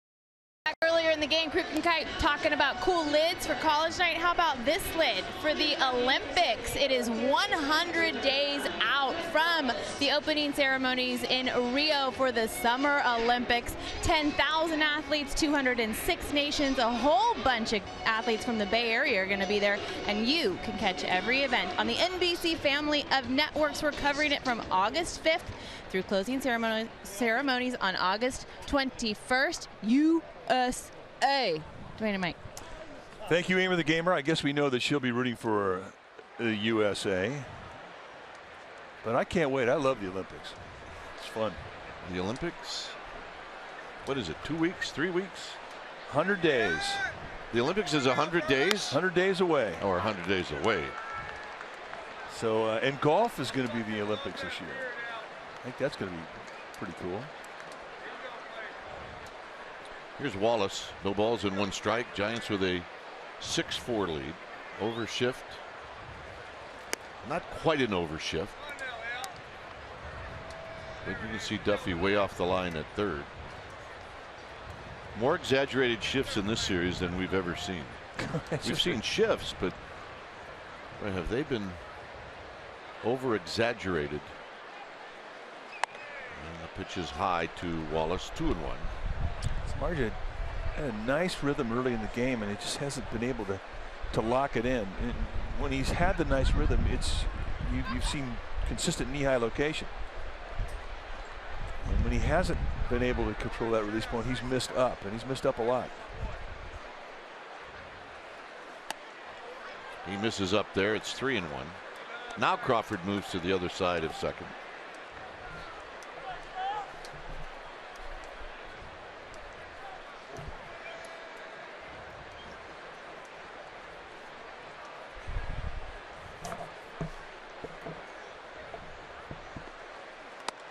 And a ball. So Samardzija looking for a shutdown inning. Opens things up with a walk. And here's Derek Norris.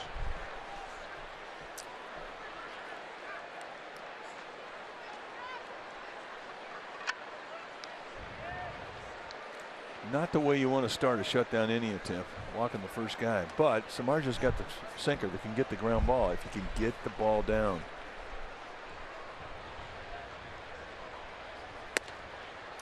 was a good pitch on the outside corner, 0-1. But even that was away from the intended target. They set that target on the inside part of the plate. A lot of umpires that won't give a ball that's outside the knees of a catcher.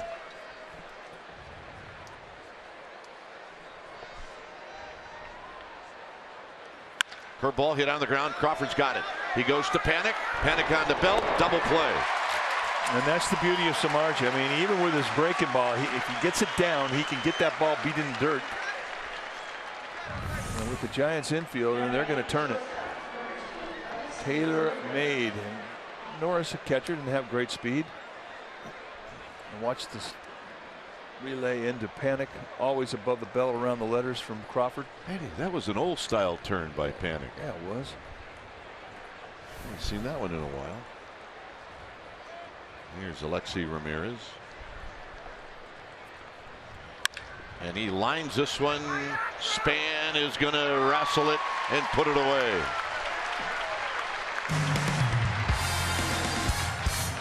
Eight-pitch inning for Samardzija. Giants are coming up. Shut down.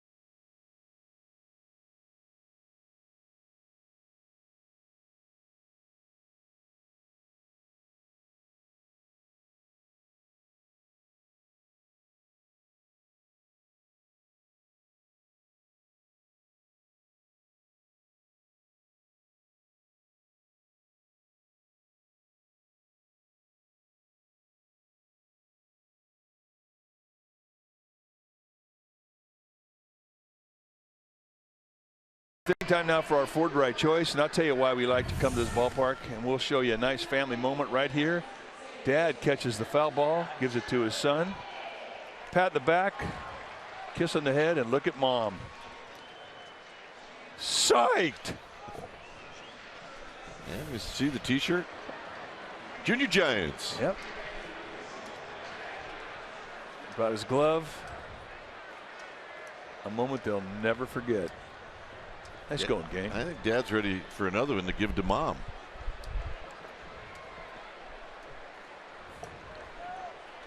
So here's Panic.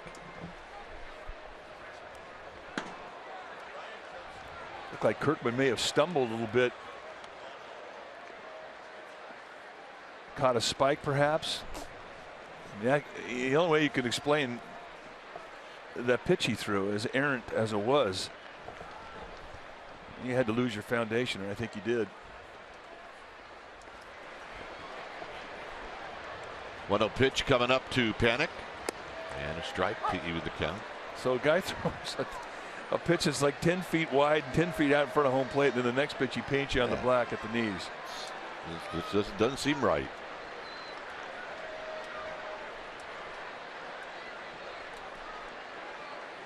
And a flare to left, and a base hit. So Panic opens up the fourth with a hit. A big doubleheader here on CSN Bay Area. The Warriors and Rockets, Game 5 at Oracle. An hour-long pregame with Greg Papa and Saint. 6:30. Tip-off will be at 7:30. Home of the authentic Warriors fan is CSN. Check it out. I'll be watching. Mike will be watching. I have a feeling all of San Francisco and Oakland and Northern California will be watching. Oh yeah, we'll be watching and rooting hard for the Dubs. Here's Duffy, and Duffy takes low, 1 ball and no strikes. By the way, we didn't do it yesterday, and I just forgot, but congratulations to Steve Kerr and his staff. How about that?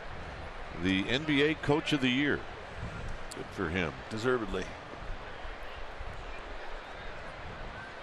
Duffy wraps one up the middle, and he's got another hit.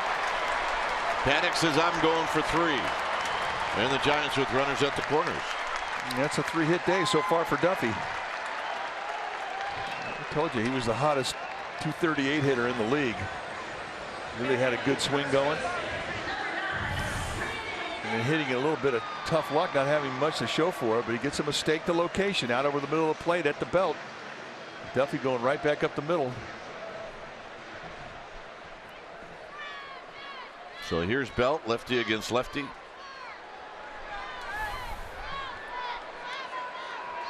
Belt has swung the bat well today.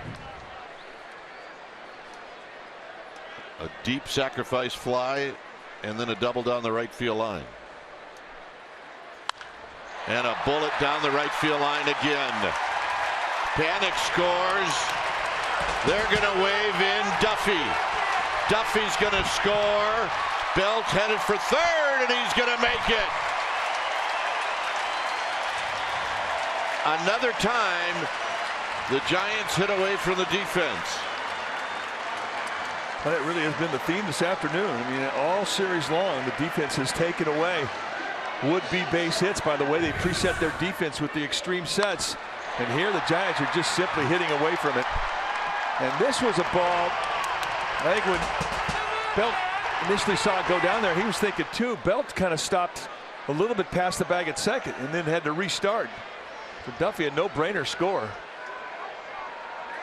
And when the dust settled, another triple for the Giants. It's 8-4, and here's Crawford.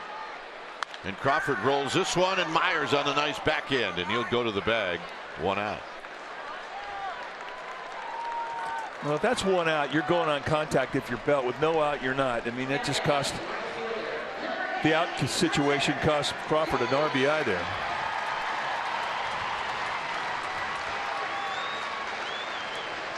So here's Pence.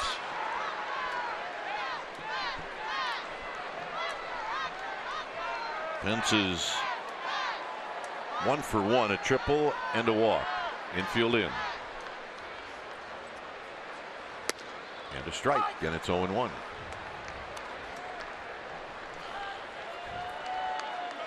And the big guys like Pence get up there. I mean, it can't be a comfortable feeling when you have to draw in as an infield.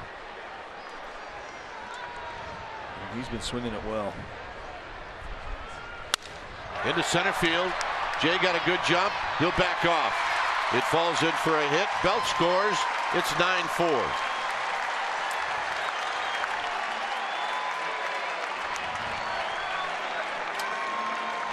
You know, the importance of a shutdown inning, and to do it within 8 pitches like Samardzija did, to get his offense back in the dugout after a good 3rd inning. And boy, they just picked right up where they left off.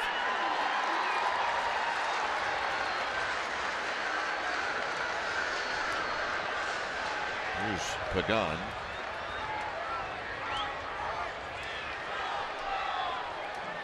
Pagan is 0 for 2. He scored a run.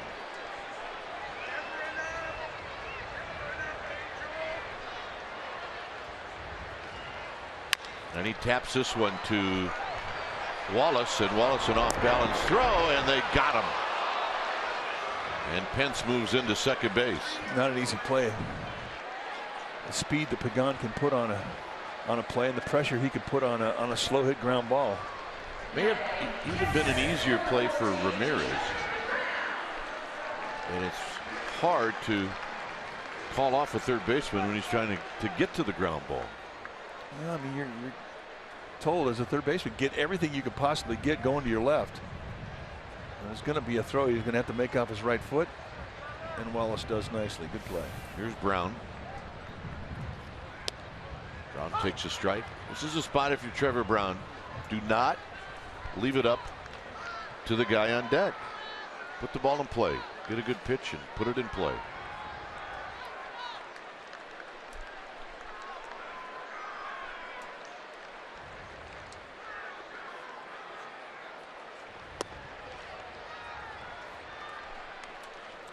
Kirkman came to camp with the Padres. He was a non-roster guy. Had a good camp. Broke camp. Went to AAA. Continued pitching well, and here he is. 1-1. 2 balls and a strike.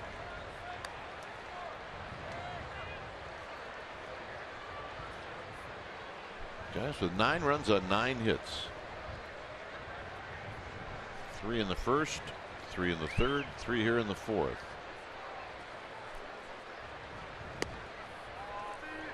Three and 1.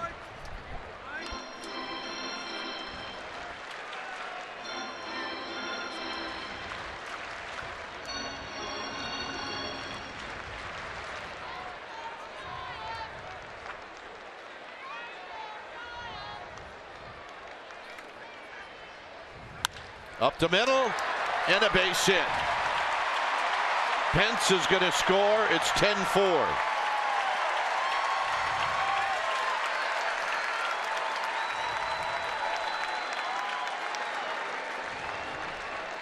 So Brown comes through, and if you're Kirkman, look, he's got a couple of ground balls back up the middle. He couldn't flag him down, and it's hurt him. Well, watch how he gets ready to field his position after he throws the ball. I mean it's almost like his belt buckle's facing left center, and he's not in a good position to do that. I guess, look, once you've come up with your motion, you're not going to be able to change it. I mean, it's the way he throws. It's how you throw. There's Samardzija, who's 1 for 2 with 2 RBIs. And he hits a line drive right at Weeks, and that's going to end the inning. Giants with a 4 spot. 5 hits in the inning, 4 singles in a triple, and the Giants lead 10-4.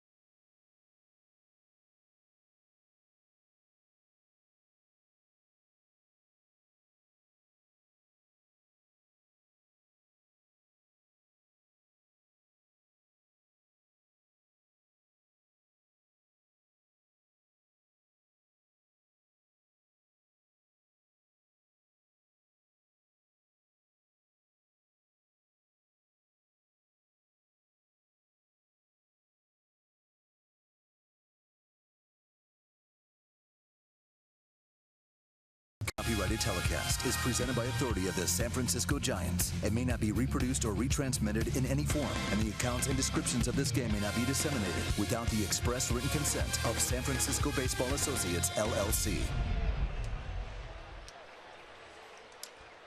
10-4 Giants. We're in the top of the 5th inning.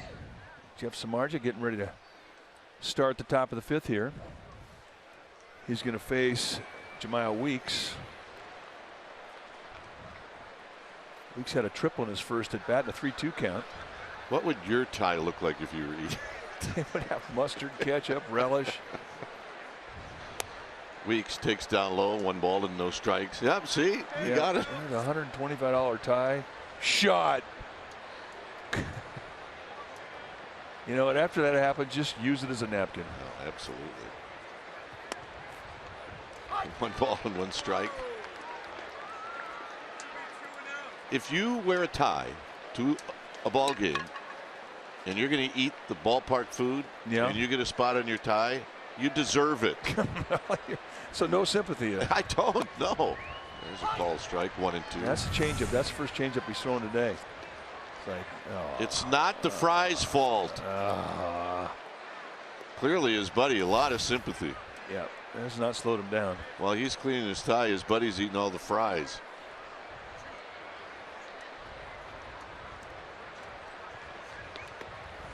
In the dirt, 2 and 2. Oh, that changeup felt pretty good. He wanted to throw it another time, and that one a little bit too much pine tar in his finger, I think.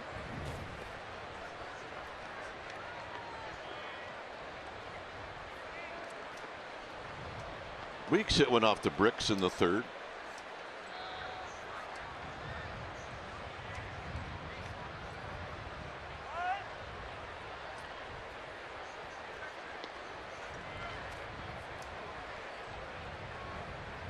Travis Jankowski is in the on-deck circle. Out of play.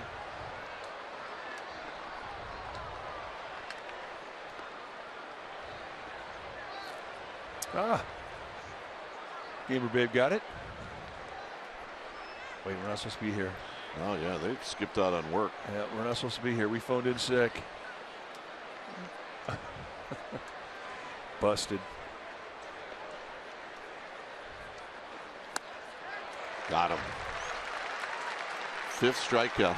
Either that or witness protection, one or the other. Yep.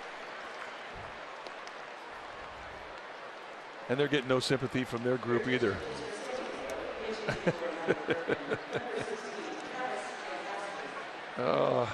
Fun at the yard. So here's Jankowski.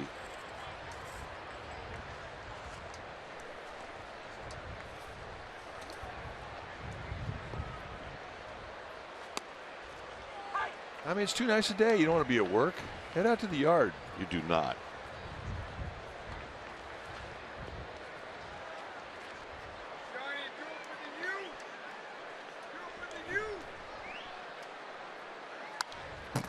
Fouled out of play.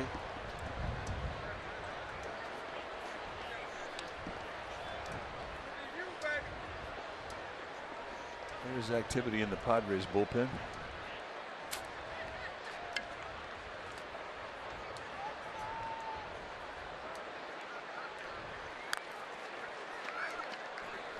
Good tight little cutter there in the 0-2 count.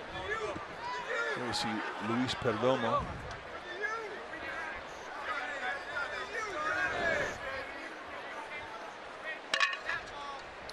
So a quick 0-2 to Jankowski.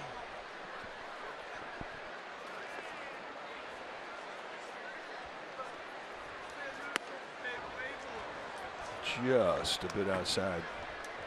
And that was another changeup. So this time through the lineup, Samardzich's starting to break that pitch out. And that's been a project pitch for him. We saw him in spring training and all through spring. He was throwing a fork ball. Now he's gone to a circle change. And I think when you're starting to break in a new pitch, especially a changeup, you feel more comfortable in it when you're heading the count 0-1, 0-2, 1-2. Right. And that's kind of where he's at with it right now. And you work up to that feel where you can throw it 3-1, 2-0, 3-2, and that's when you got the pitch.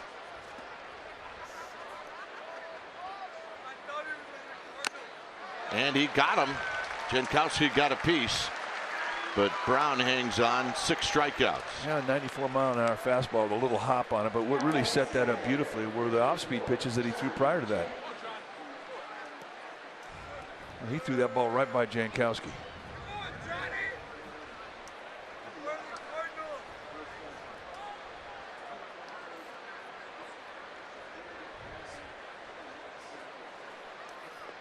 Here's John Jay, who's 1 for 2.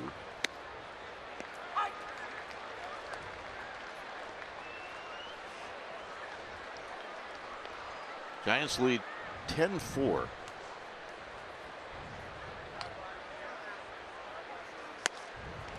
Oh, 2. Just a different release today out of the windup when you compare it to the stretch. And now the windup, he really has had much better command of the knee-high location and the corners.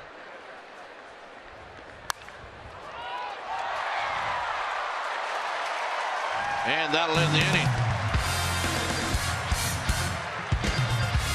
Top of the order coming up. Span, Panic, Duffy.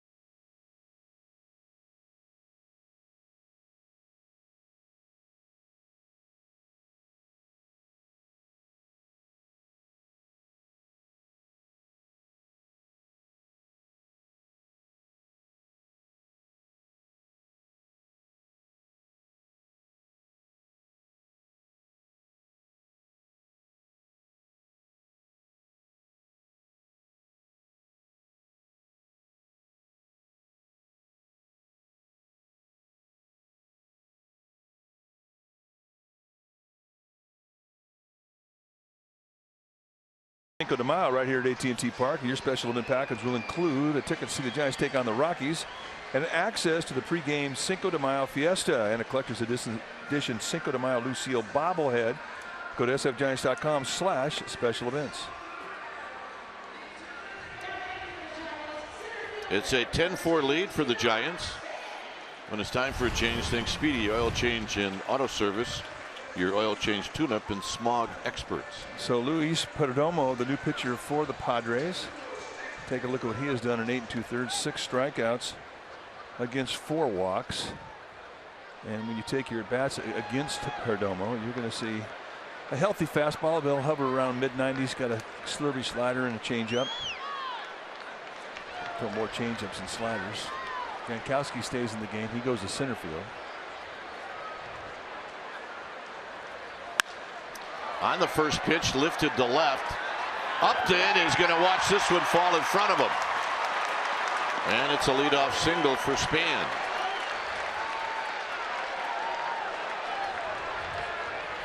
The Giants really have done a nice job of getting that leadoff hitter on. Opposite field. And now you kind of rely on Mother Nature to help you out as they sort of killed that fly ball. And Upton, I thought, had a pretty good jump on it. Never really had a chance to catch it. Yeah, I thought he had a shot too. Here's Panic. Panic is 1 for 2 with a walk. Giants have gotten the leadoff hitter on 4 times in the first 5 innings.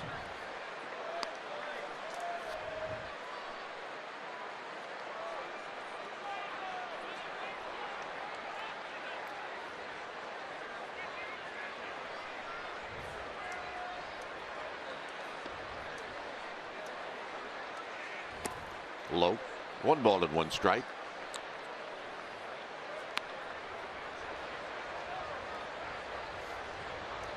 Duffy to follow, and then Belt.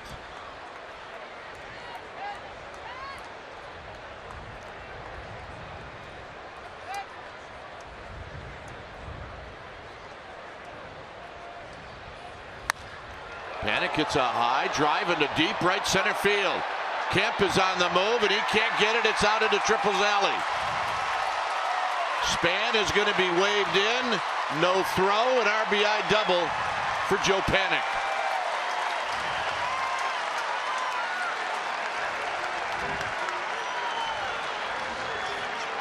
Well, there for a minute there, I thought Panik was going to catch Span. And I don't think Span knew until very late if that ball was going to get over the head of Kemp in right field. Now, Kemp's playing at right center, and this ball is just roasted. And this is what Span is waiting for. And finally, that's the go sign. He kicks it in gear. And watch his route. He's got to wait. He's got to wait. He's got to wait. Go time. And he could go. Here's Duffy, who rolls it over the head of Roberto Kelly. Duffy has had a really nice afternoon. He's 3 for 3, scored 3 runs.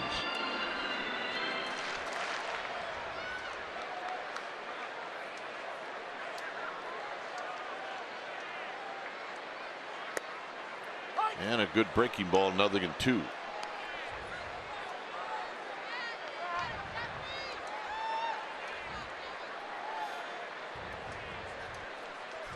It's completely bunched the right center field gap. And despite the fact that the Giants have hit away from the defense a lot today, the Padres have stuck to their guns. They've stayed extreme with their defensive sets.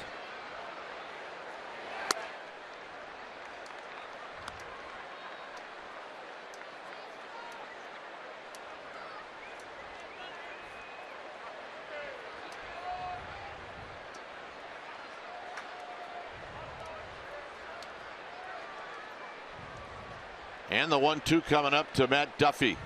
Duffy takes low, 2 balls, 2 strikes.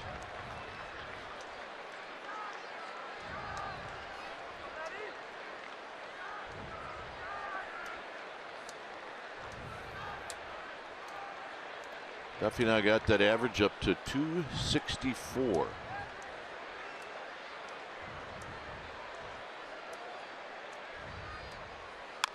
Fouled at the plate again. So you ready for New York? I am. Love that town. I am too. Giants are going to go to New York twice this year. My son who lives in New York, and you have a chance to spend some time with him. Well, he's going to like it too because Dad pays. Well, yeah, but you know, it's kind of nice. He's at an age where I'm kind of beyond that now. It's kind of nice. Hit on the ground sharply to Weeks.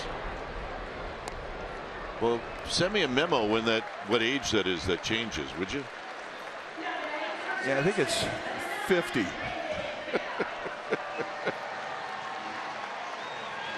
I don't know. You might ask my dad and he might say 90. Yeah, well, that's true.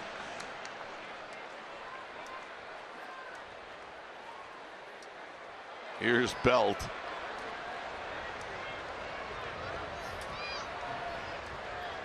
Belt has 2 extra base hits and a sacrifice fly, and the infield is in. And he takes a strike, and it's 0-1. Good breaking ball for strike 1. 4 RBIs. He scored a couple runs. Have a day. And it's set up for him again right here. Get greedy. Yeah, this is where you pick up your RBIs when you're trying to get to 100. I know it's April, but hey, at the end of the year, you're in September and you fall short by 5 RBIs at situations like this where you got to cash in. Infield in, earned third, less than 2 outs. They have set the table for you. Have yourself a big day.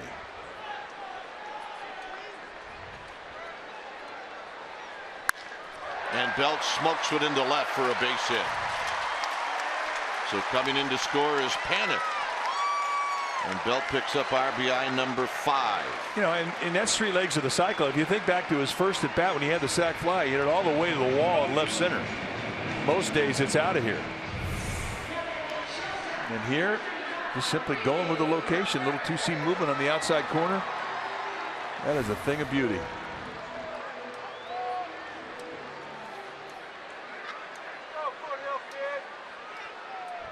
Belt over there talking to a fellow first baseman, Will Myers. Crawford would like to join the party. He does have an RBI, but he's 0 for 2.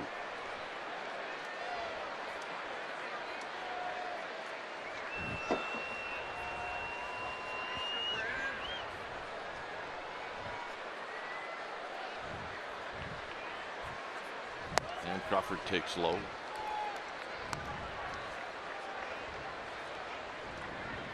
I think going back to New York, first time you ever go when you're a major leaguer is you almost overstimulate yourself when you get there. Swing and a miss by Crawford. And you know, now look, how many times, probably 41st, 42nd year that we've been going to New York, and it really doesn't change. No. You really feel the same way about it. Well, the first 2 years I locked the door and put a chair up against the door. I'd heard so much about New York. And, you know, back in the mid-70s, it was a different town than it is now in that regard. But it never changes. You know, there's always something going on. There's always something to do. There's always great restaurants, great things to see, and the energy in that town never changes. It's just a good town. Knowledgeable sports fans. They love their teams. A lot of passion. Crawford off his foot or shin. Plus, if you wake up at 3 and can't get back to sleep, you can find something to do. Yeah, not a problem. That is not a problem. And usually it's in the same block where you're staying. Yeah, you do that in other towns, and you got to try to find a Denny's. That's about it. That's all you got going for you. 1-2 to Crawford.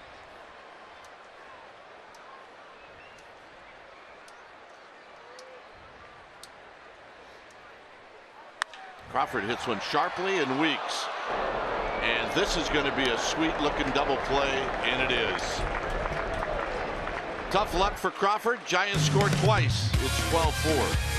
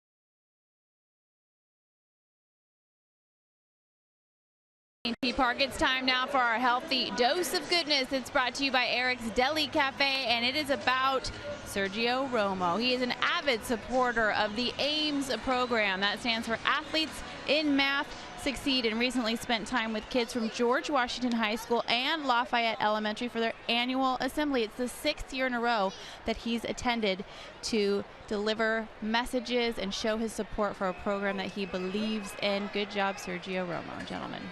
That's right, Sergio. Way to stay on top of it. Will Myers is going to lead things off.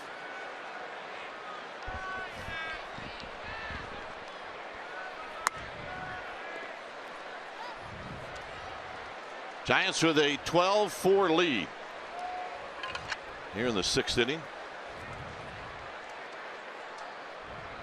Samardzija to Myers.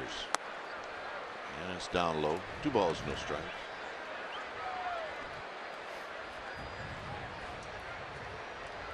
Myers bounced out to third in the first and then struck out in the third. It's big time sinks at 94. I mean, you watch the movement on his fastball. I don't believe that Samardzija can throw the ball straight. I just don't think it's within his skill set. He always gets movement, which is one of the things that is so special about his stuff. See, I thought he had a shot at getting a strike there, a little bit low outside. I mean, most guys have pretty straight fastballs and they have to learn movement. For Samardzija, it's the other way around. I mean, he had movement, he had to learn how to control it. How to make that movement work for you.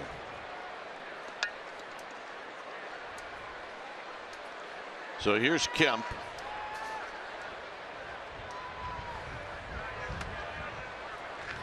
Kemp hit the 2-run home run in the third, and at that time it gave the Padres the lead.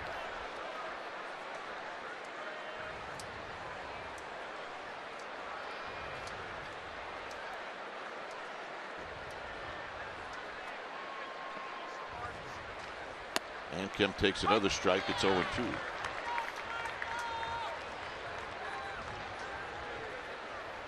Matt Kemp has always done damage against the Giants, and those are the three guys who are active that have had the most success. Gonzalez at 20, Kemp 19, Tulowitzki with 18. And it's almost like you remember every one of them too. Absolutely. Golfs another one to left. Pagan in front of the wall makes the catch.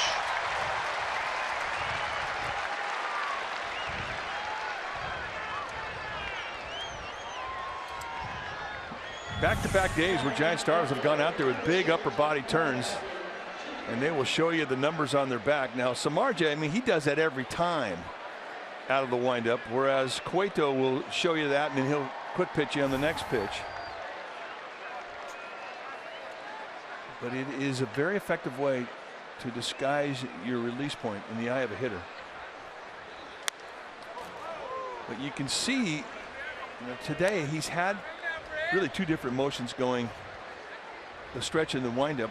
The windup, he's had no problem getting the ball down. The stretch he has, and you can see when he gets in his stretch, he eliminates that big upper body turn. And that's one of the reasons that his arm just isn't quite getting out front as far out of the stretch as it is in the windup. And the end result is he's missed a lot of pitches up. Hasn't had command of the knee-high location out of the stretch as he has had out of the windup.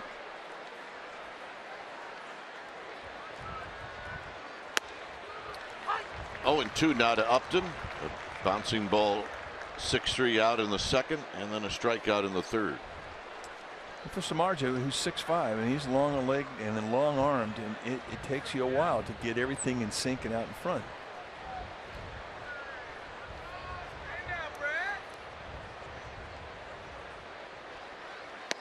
The key for Samardzija when he's in that stretch is before he starts home, he has to drop down on that back leg. Get his weight going down towards the rubber before he starts taking his motion towards the target. And that'll allow him just a little more time to get his hand in a high position when that front foot drops and he can release the ball out front. But the problem with it is if you do it too much, you take too long getting rid of the ball. And what he has always worked on out of the stretch, as most tall pitchers do, is being quick. Hold that runner on. Give your catcher a chance to throw a guy out. So there's a fine line that you flirt with to try and find that effective release. Derek Law headed down to the bullpen as Upton strikes out swinging. 7 strikeouts for Samardzija. And here's Wallace. But that really is going to be the challenge the rest of the summer for Dave Righetti and Jeff Samardzija. Get compact out of the stretch, but be able to maximize power and consistency with release.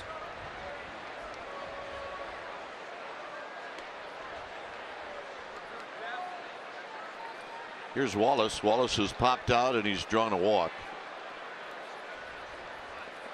Overshift is on, and this one squirts away from Brown. And Myers will trot on down to second. That'll be a pass ball.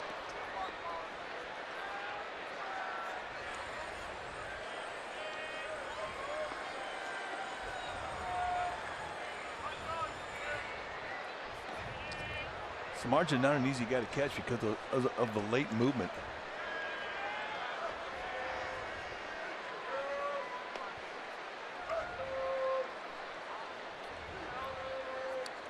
And the 1-0 to Wallace. Swing and a miss on a high fastball. 1 ball and 1 strike. Plus, it's nice to have that in your back pocket, too. I mean, he can go country hardball and tell you what's coming. I mean, and you still have a tough time hitting it. I mean, that's the kind of stuff that he has.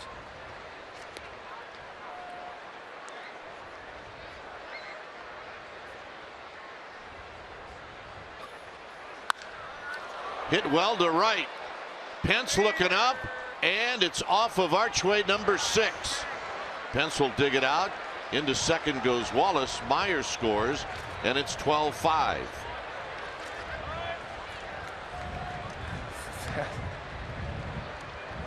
That ball was crushed. It was roasted.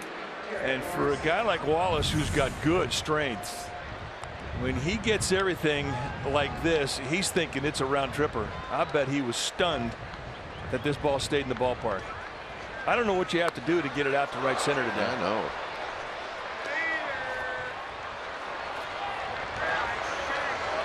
So Wallace ends up with a double, and Samardzija is going to depart. When it's time for a change, think Speedy. Oil change and auto service. Your oil change tune-up and smog experts. Derek Law into the game. It's 12-5.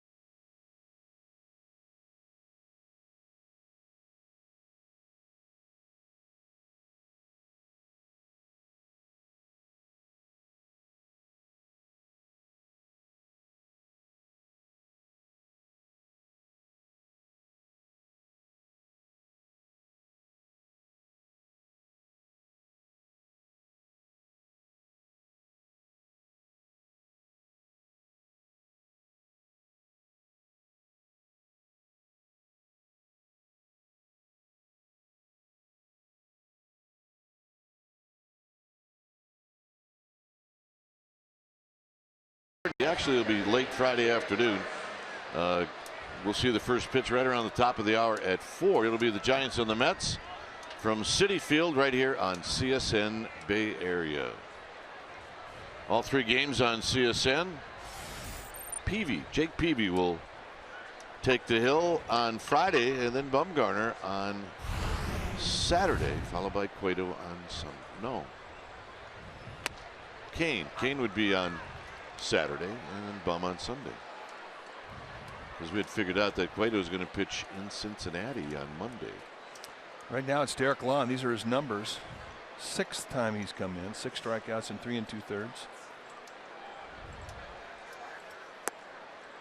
With Law, you're going to see a fastball that's low to mid-90s. He's got a curveball, changeup, and a slider. But you asked him, how are you throwing that slider? And he's got 3 fingers on the ball. And with the high 3/4 release, he throws right over the top, and it looks just like a curveball. And it's a straight down biter.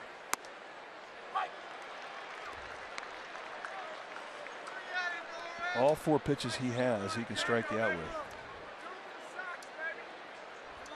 Pedro Blanco stretching it out. Rigger, you might get in the game today. No, he's not due to get another start till Syndergaard pitches. That's right. In tight to Norris, 1 and 2. He's been the ace killer this year. He has been the guy that if there's an ace out there, he's got a good shot of being in the lineup. And he doesn't care. He wants to play. He wants his at bats. That's the way it should be. That'll end the inning. Law strikes out Norris. Giants are coming up. Pence will lead things off.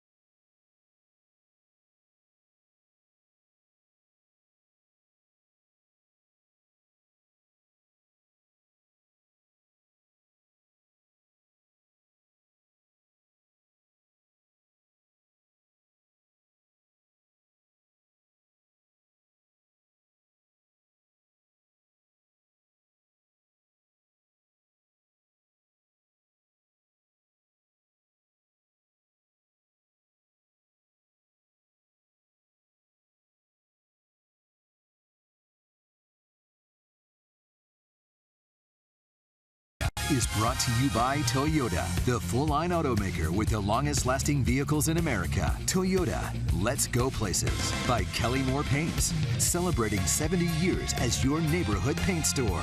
By Xfinity, X1 from Xfinity will change the way you experience TV.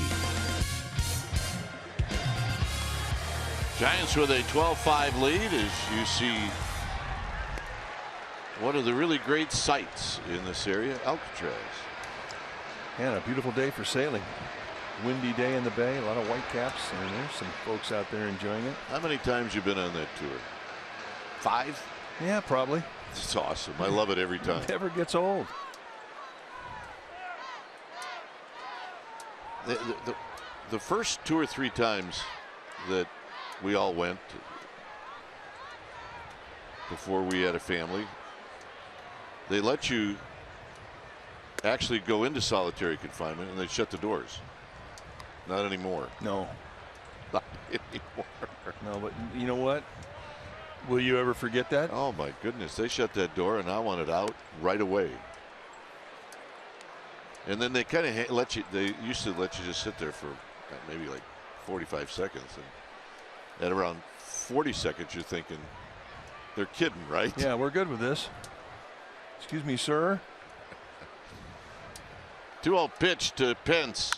And Pence shoots one into center field, a base hit. And then leadoff hitter on for the Giants. And here's Pagan. Well, just going right back up the middle. I mean, that's a good pitch to hit, but still, that was a pitch that he was jamming himself with earlier, and now he's really got nice command of his bat head. Bent arm swing right through the ball, sending it back up the middle. He's got a nice swing going now. He's ready for New York. Stephen Okert heading down to the Giants bullpen.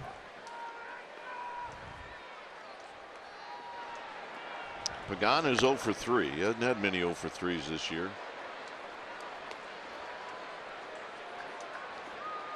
And he shoots this one on the ground to Weeks. Weeks will get the out at first. Pence into second. You know, it's got to be a nice feeling too for Jeff Samardzija. 12 runs of support today. And you go back and you track his career. He was a guy that never got runs scored for him when he pitched. That's right. Not today. As Trevor Brown steps up.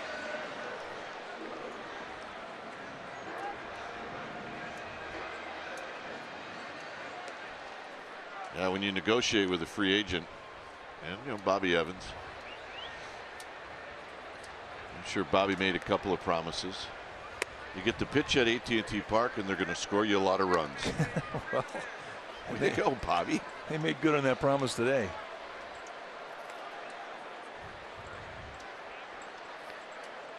Brown had a base hit and an RBI in the fourth, and he rolls this one foul.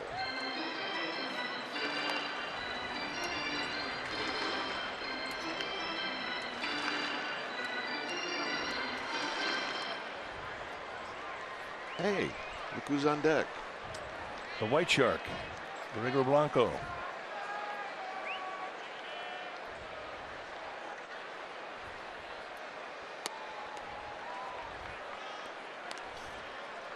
Where's Gregor? Is he gets ready to hit for the pitcher?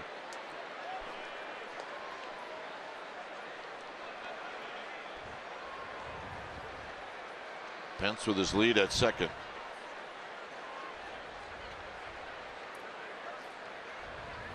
And this is hooked right into the glove of Wallace. Great at bat and nice play from Wallace.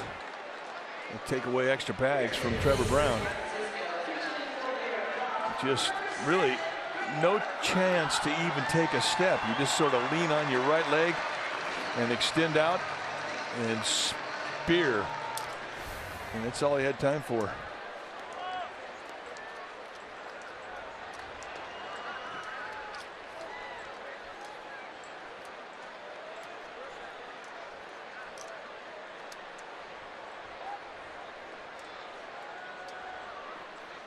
So here's Blanco. Blanco, little pop-up center field, and it's going to fall. And on this day, I'm not shocked at all as Pence scores. They're getting all the hits in a lot of different ways.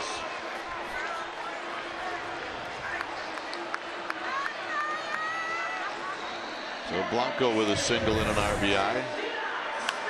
A little jam shot out there in the Bermuda Triangle, and Ramirez cannot get to it. Just about a glove short.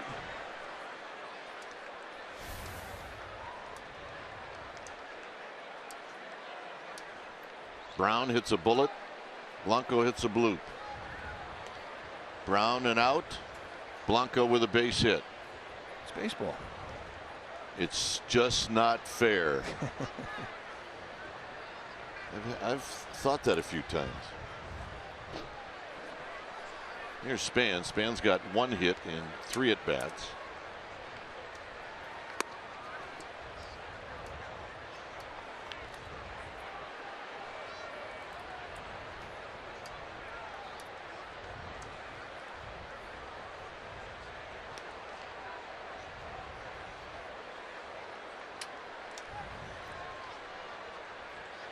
A 15-hit day for the Giants offense.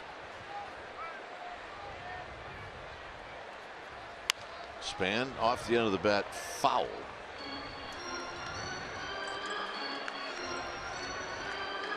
And you think about how this homestand started out for the Giants, getting swept 4 games to the Arizona Diamondbacks. I mean, it's tough to have a good homestand.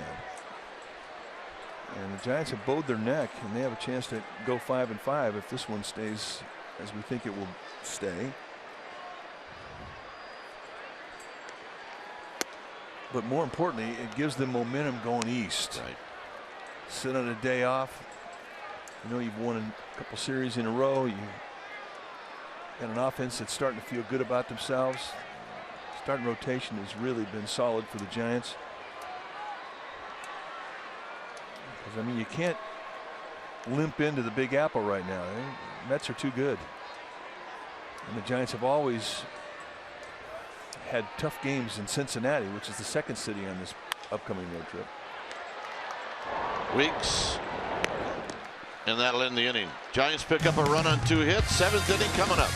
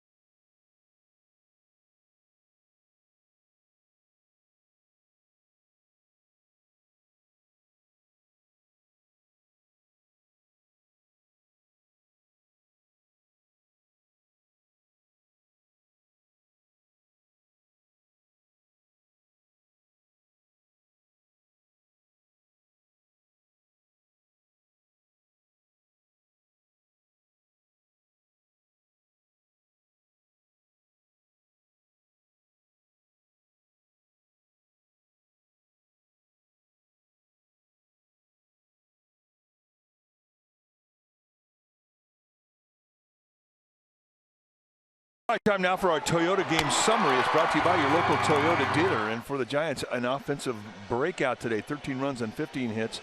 Padres 5 runs and 5 hits.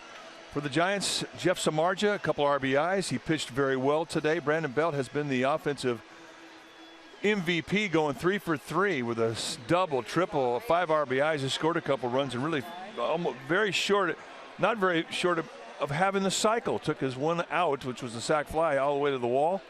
But yet he has some more at-bats in this game. That is our Toyota game summary, brought to you by your local Toyota dealer. New pitcher now for the Giants. It's going to be Steven Okert.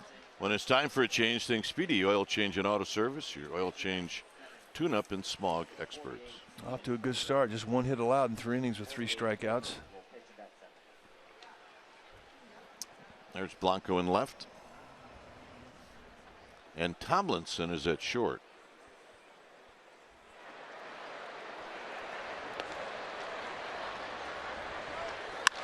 And this is hit up the middle, and it's off the glove of the diving Tomlinson, and Ramirez is aboard. What we've seen from Okert is really good stuff. Fastball that's explosive, that hovers right around mid-90s. He's got 2 types of breaking balls, curveball, slider, and a changeup.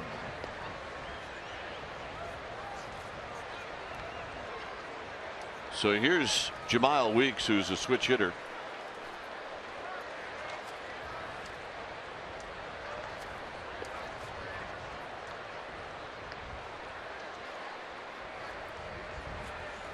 Swing and a miss. He takes a healthy rip from both sides of the plate.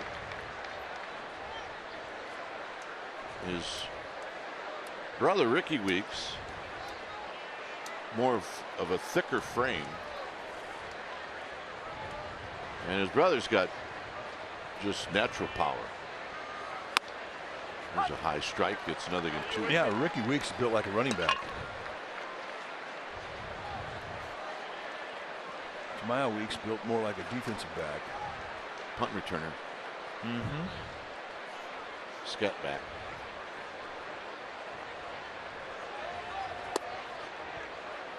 Yeah, one if they're in the backfield together, one you throw out in the flat, the other one just let him run up the middle. That's right, Ricky here. Give me that 1 yard.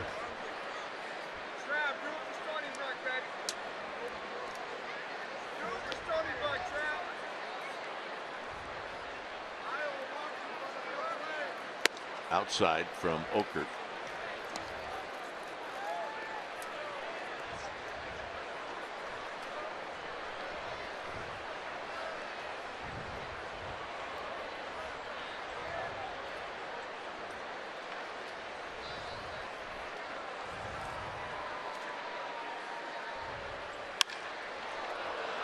High and deep to left, and caught by Blanco. He didn't miss it by much.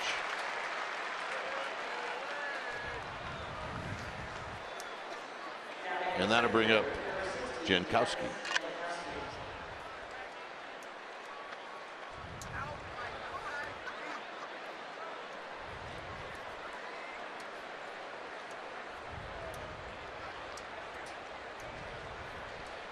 Pat Duffy going to respect the bunt, playing even with the grass at third base. Jankowski he can go. Great speed. Brown and Okert are going to try to get on the same page. Well, I think Trevor Brown is seeing that front shoulder of Steven Okert fly out. I think this is a little mechanical correction, and that's one thing a catcher can really see early. Sometimes pitchers will try and be a little too quick, try and add on to a fastball and fly that front shoulder, and you lose everything.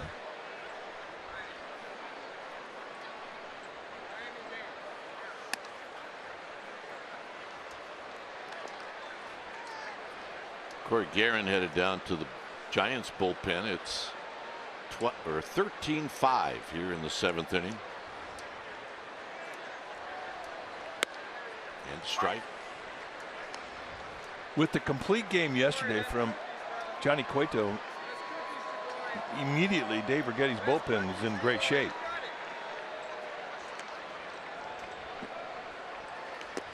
and they're going to get a day off tomorrow. So that means in a game like today, you have a chance to get everybody a little work. I mean, you're always worried about getting enough innings out of your starter. I mean, you're worried about saving your innings in the bullpen, but then there comes a point in time you need to have your guys in that pen get some work. Belt squirts out of his glove, and once that happens, they have a hard time beating Jankowski to the bag.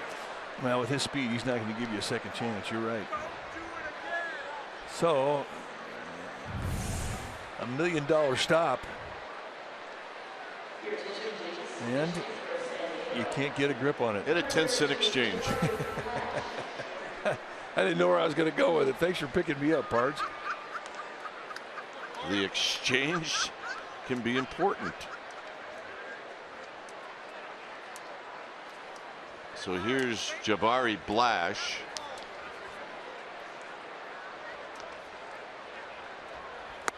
Great name. Well, he's got plenty of pop in his bat, too. And here's a guy who they really think could put some power numbers up at the big league level. Big guy, 6'5".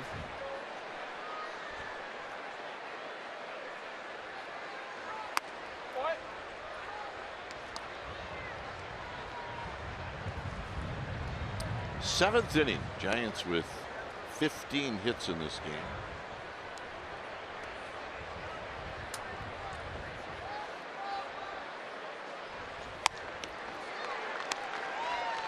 Okert rushing it up there. That at 93. It's 1-2.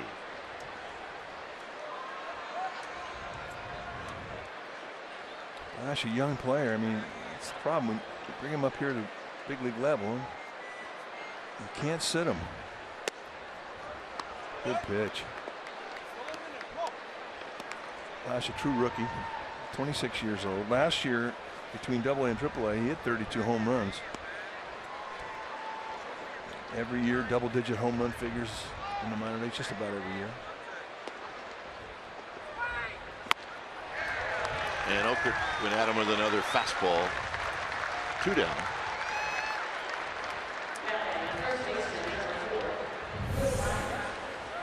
Rear back and just go country hard right on the hands. Perfect location. And for a tall hitter at 6'5", that's what he's going to have to prove to this league, that he can hit.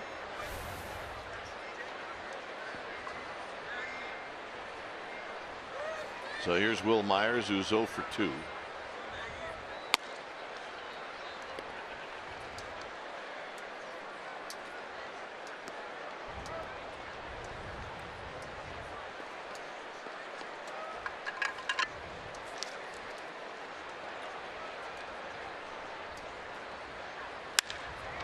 Hammered to left and gone.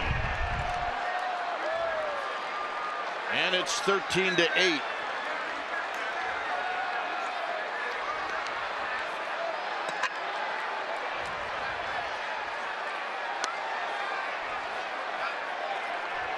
So that's the second home run of the game for the Padres. Try to get the ball inside. Leaves it out over the middle of the plate. And Myers is got a real compact hack to the ball right now. He gets both cheeks into this one. So Myers takes advantage of the air and the extra out in the inning, and it costs the Giants 3 runs.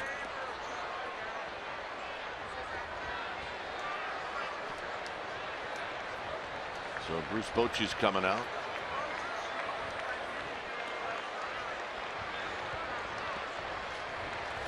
And Corey Guerin's going to come in. 13-8 Giants. Guerin coming in.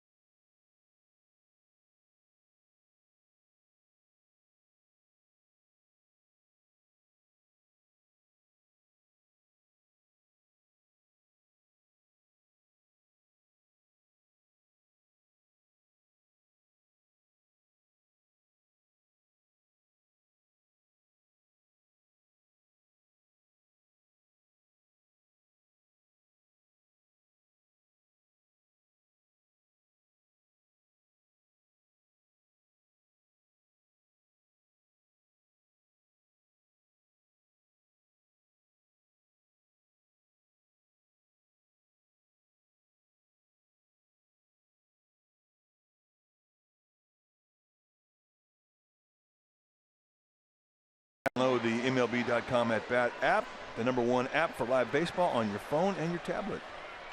Happy birthday to this Giants, Grandpa.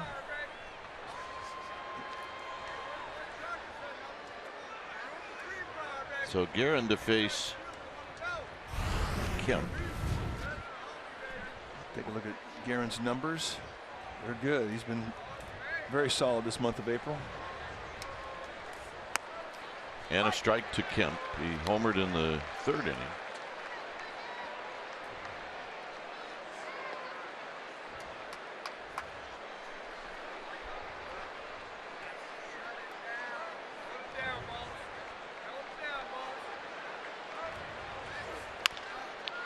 And he waited on that breaking ball and rolls it foul.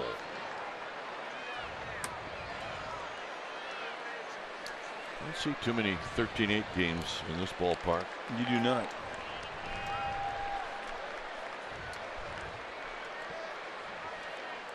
All right. So the littlest of the brothers got it. Well, it should be. That is not going to go well in the car. Roll foul again. It is for the little brother. Yep. One on the left's wearing it right now. Yeah, he is just like, are you kidding me? He said, he just whispered to him. He said, oh, he's got 2 of them. He said, one of those will be mine by 8 o'clock tonight. Let the negotiations begin. Look at Mom. Mom is laying down the law. Yeah. I don't want to hear it. I don't want to hear it. Out of play. Okay, that's fine. Okay. All right, we're good. The little one though is he's gonna milk this. I got 2 and you don't. I got 2 and you don't. Yeah, brother number 2, man, he is not happy.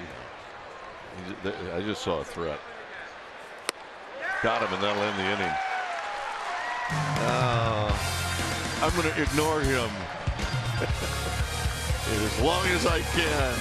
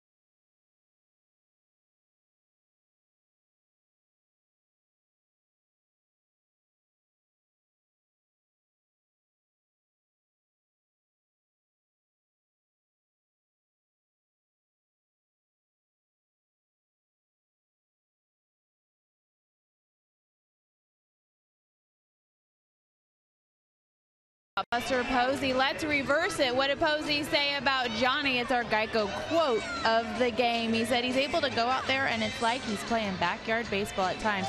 Now he continued that, saying that Johnny Cueto's ability to read swings and set up hitters is amazing. He also said he's very, very smart with a very high baseball IQ. A lot of love in that clubhouse, gentlemen. Well, that's what happens with 1-0 complete game shutouts. That's Brad Hand,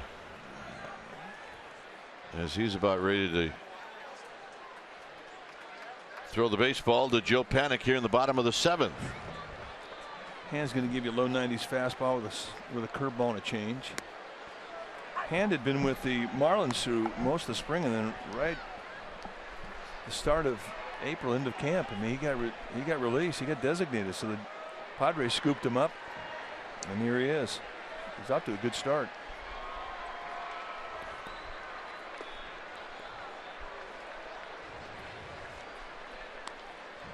Well, more on Johnny Cueto last night. 7th career shutout. 12th Dominican-born pitcher in Major League history to win 100+ games. And the last Dominican-born Giants pitcher, of course, was Juan Marichal to toss a shutout. And he did it against the Pirates in 1973. I faced Marichal in batting practice in 1982. How'd you do? Well, somebody had to politely mention to Juan that the object was not to get guys out in batting practice. We came in here, I was with the Phillies in 1982, and we came in here and they were having like a Giants all-star team against the Dream Team. And 2 of my teammates, Gary Matthews and Gary Maddox, were asked to put on a Giants uniform and play in that game. And they hit off of Marichal. He threw an inning. He struck them both out. It was unbelievable. I mean, he had to be, you know, 1982. He's probably 45, maybe 50. I mean, he was dealing. Oh, yeah. But it was so cool to sit in the dugout and watch the exhibition game prior to our game between the Phillies and the Giants and watch Marichal throw. He was great. 3-2 pitch coming up to Joe Panik. Joe lines it to left, and right there is Upton to make the catch. Panik in a bid to pick up his 3rd hit. Mom's still watching the boys. I'm going to tell you right now that 20 years from now, the life of the party is going to be the little one. Yeah. He is not boring. If the middle one doesn't mess with him too much. Yeah, Mom's talking to Dad. Say, yeah, we're having a ball. Dad says, yeah, I know, I'm watching. They got great seeds. Here's Duffy, and Duffy takes a breaking ball. 1 ball and no strikes. Oh, yeah. Got a couple balls. Mom is in her element. Got her boys psyched.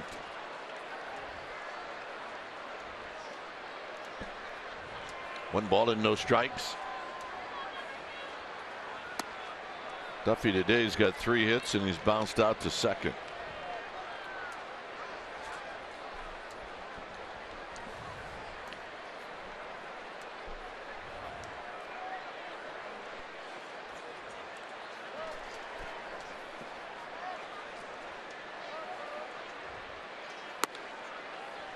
Three and 0.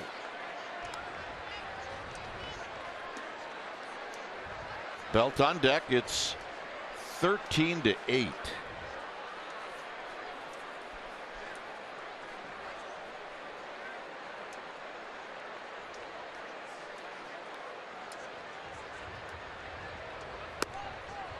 And that's ball 4.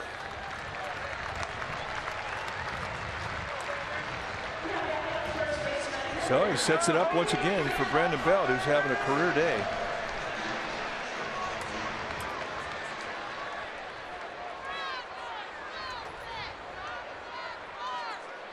It's a ball out of the ballpark right now. That's a cycle.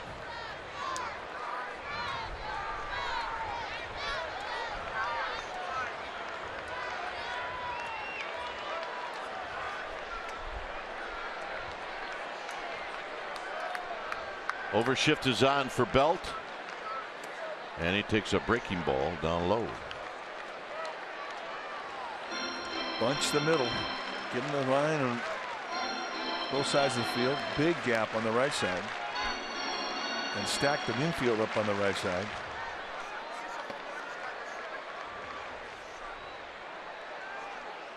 They never played him like this back in Nacogdoches, Texas. They did not. Hit out to left, and Upton, shading his eyes on a not a routine play, puts it away. He can cover some ground, can he? Yes, I would avoid hitting it to that guy. I mean, he'd be playing center field for most teams. Yes, indeed.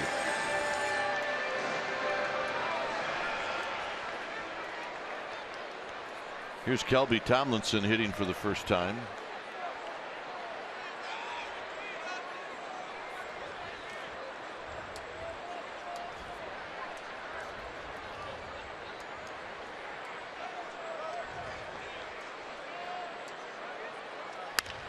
And a bouncing ball foul.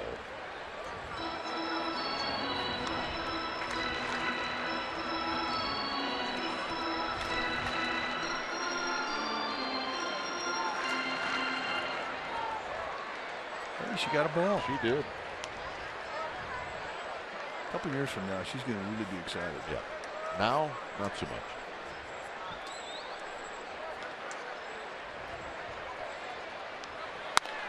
And Myers spears it and underhands it to Hand. And that's going to end the inning. 8th inning coming up, 13-8.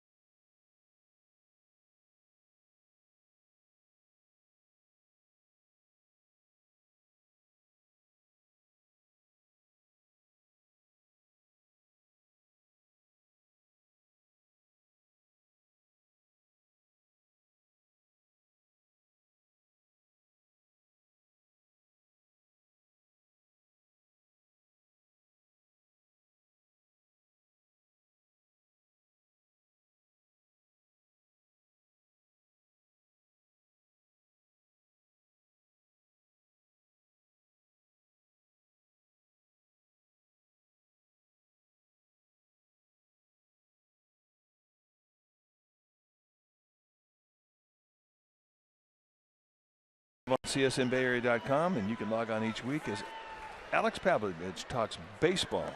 Check it out on CSNBayArea.com. Also available on iTunes. Here's Upton facing Corey Guerin. 13-8. And right now, Guerin throws a strike. That's what you need to do in these games.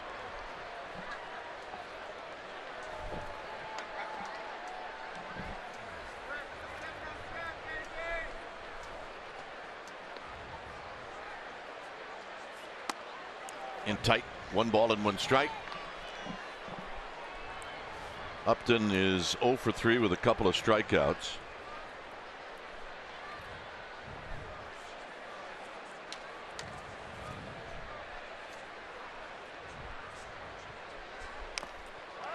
And on that hard breaking ball, it's 1 and 2.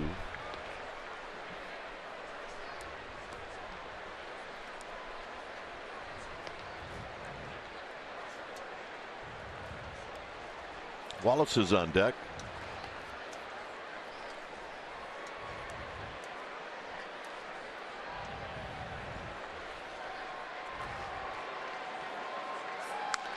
Fouled again.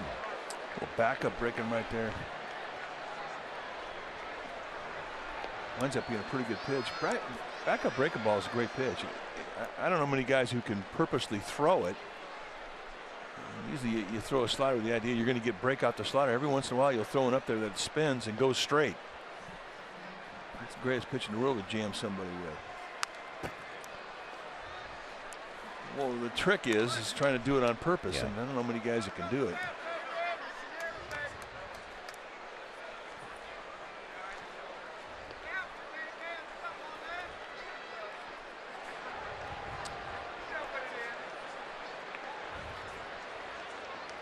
And the 1-2 to Upton. Got him. 2 hitters for Guerin, 2 strikeouts, and here's Wallace. Well, that's a hat trick today for Upton. 0 for 4 with 3 punch-outs. And that's a breaking ball again. Just backs up. Doesn't do a whole lot. Winds up being a great pitch. Yeah, maybe he has figured it out.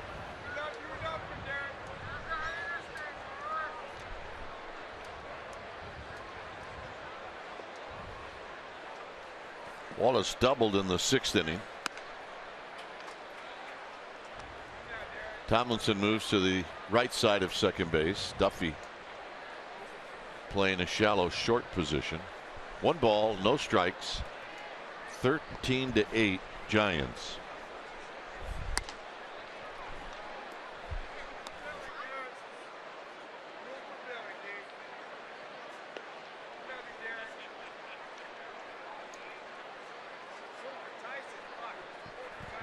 Two balls, no strikes.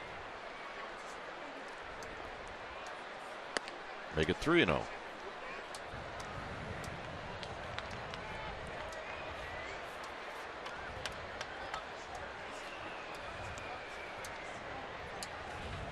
Mentioned coming in that the Padres had lost 4 in a row.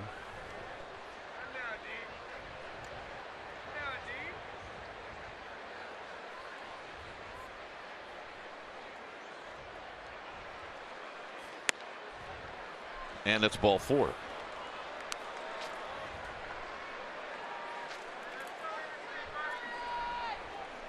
Well, early on, the Padres, I mean, they've had some problems scoring some runs in their 14 losses.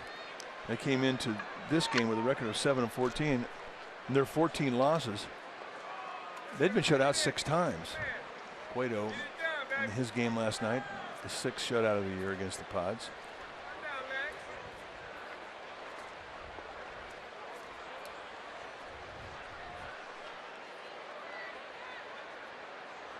So here's Norris, who hits one out into left field.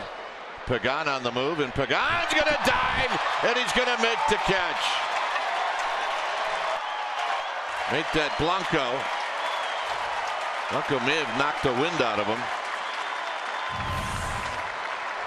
And this is a bullet right in the gap, and look at the jump that he gets, and look at the finish that he gets.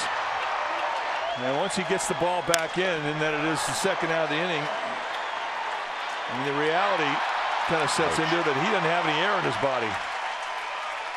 Just another great play. And boy, I tell you, I mean, he has had some kind of career in a Giants uniform, and Corey Guerin loving every bit of it. You bet. He just took away an extra base hit. Yeah, remember the catch he made when that guy threw a perfect game.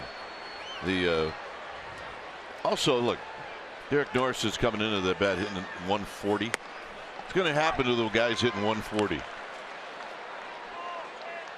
Yeah, you're right. I think he's waiting to get out of April. Couple of more days, big fella. Here's Alexi Ramirez. And he takes low.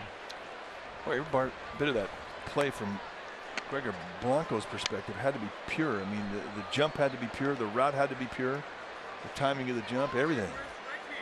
And it was.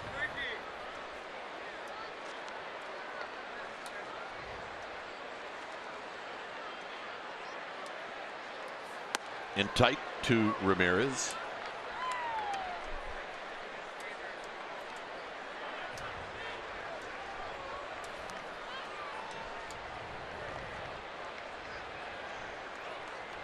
Top of the 8th inning.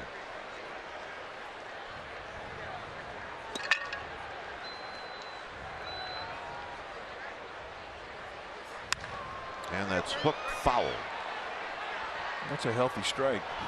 Struck well down the left field line. Now Josh Oshitz is headed down to the bullpen. Yeah. Brought glove, made the play. Hero in your section. Here's Osich.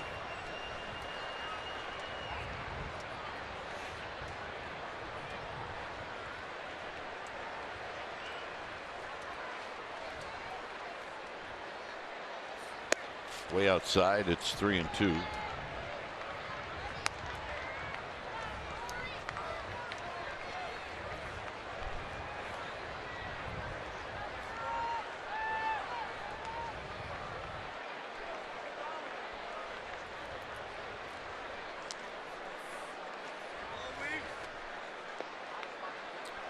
Runner goes, and this is lifted out to Blanco, and Blanco will put it away. So Blanco saves Guerin and the Giants, and this was the play. Boy, what a great play. Giants are coming up.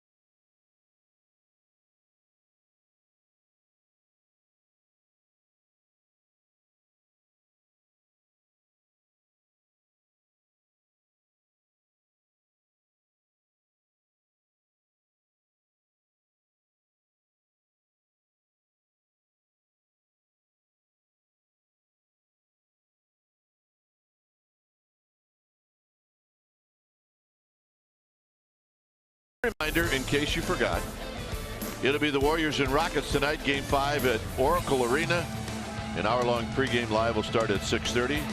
They will tip off at 7:30, and you can see it right here on CSN Bay Area. There it is. Yeah, there's folks already heading over there, and it is going to be rocking. When it's time for a change, think Speedy Oil Change and Auto Service, your oil change, tune-up, and smog experts. It's Fernando Rodney. Well, he is the closer for this Padre team, and he needs some work. Let's see what he has done already. 3 for 3 in save ops, 7 strikeouts and 6 in the third, just 6 base runners allowed. He's throwing the ball well. Mid to high 90s with the velocity on the fastball and a great changeup. Rosales is now at short.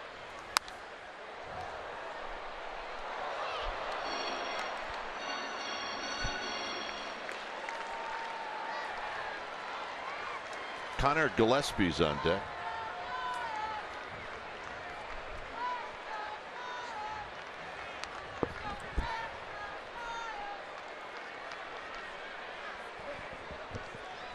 Outside and low, 2-1.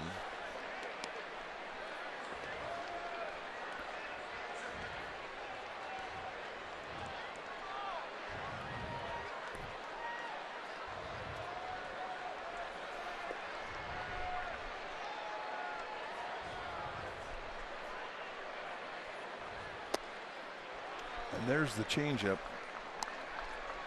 It is a good one, especially when a guy can throw mid to high 90s on the fastball. It comes at you with the same arm action. I mean, he's got a slider, but you know he throws it like twice a year. Pretty much fastball, changeup, go get him. So it's 3-2.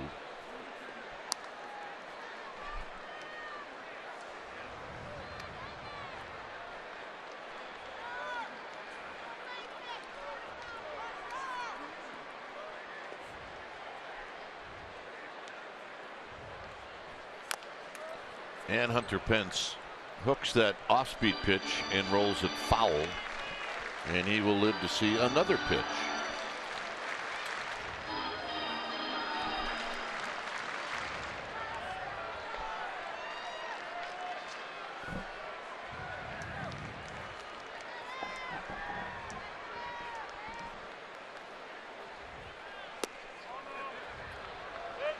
No swing. Pence takes the walk. Well, stay tuned immediately after Giants baseball for Esurance Giants Post Game Live. Get highlights, reaction, analysis. It's all coming up after the game.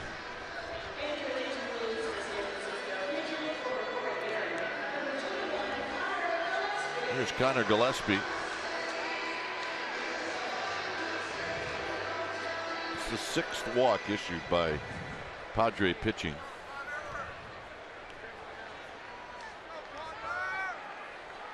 This may be one of those afternoons where Buster Posey actually gets the total day off.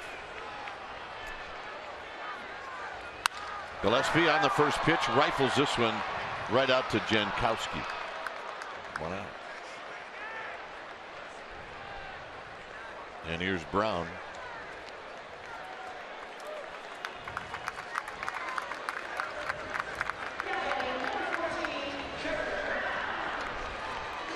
Well, I think Buster Posey appreciates a day where he just kind of absolutely veggies out. So that means he gets a day off going into a day off. So his legs get refreshed. With the time change in a night game on Monday, that's like 2 3/4 days off. Norm Sherry would say that. It's great. Every time Norm Sherry, our pitching coach, would come to you and say, you know, we want you to go on 3 days rest, but you know, it's a day game now, and you're not going to pitch for that 4th day. It's a night game, so it's really 3.5 days off. What are you talking about, Norm? Brown shoots it into right field, a base hit. Pence will stop at second. I don't think for 1 second that he didn't believe that. Oh, he was convinced. He believed it, even though we didn't believe it.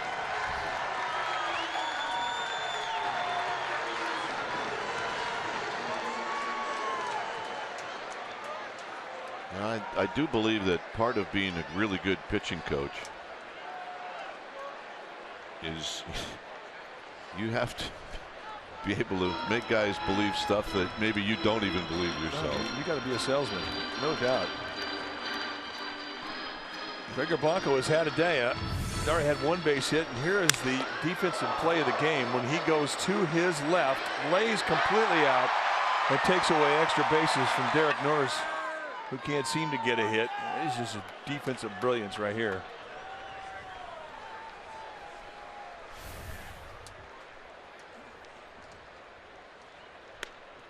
Blanco came in as a pinch hitter and singled a little pop-up that fell into center field. He's 1 for 1 today with an RBI.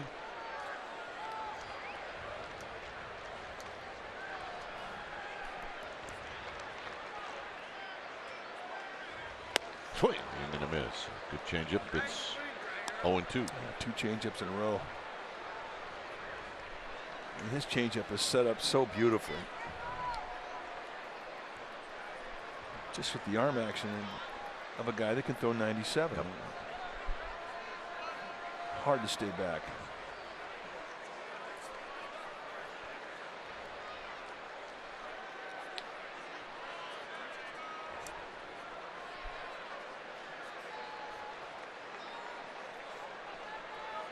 The last time they had the WBC, the World Baseball Classic, the team from the Dominican won it, and Rodney was the closer, and Santiago Casilla was his setup, and they were a great 1-2 punch in that tournament.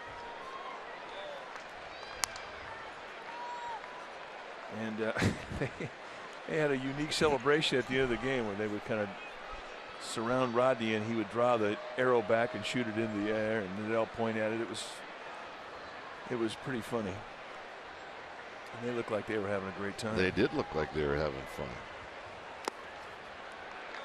2-2. Saw Gregor Blanco's catch here. This was the one in Kane's perfect game. It's pretty tough to beat that one. How a right fielder gets to that point in the field and makes that play. I know, it doesn't make any sense. Impossible. And Matt Cain tipped the cap. And when they honored Matt Cain and laid out a plaque in the cement out there in the port walk beyond the right field wall, it was pretty neat when they were all out there, and they had Gregor Blanco out there too, and you could see the exchange between Cain and Blanco. They are forever joined at the hip. Oh, absolutely.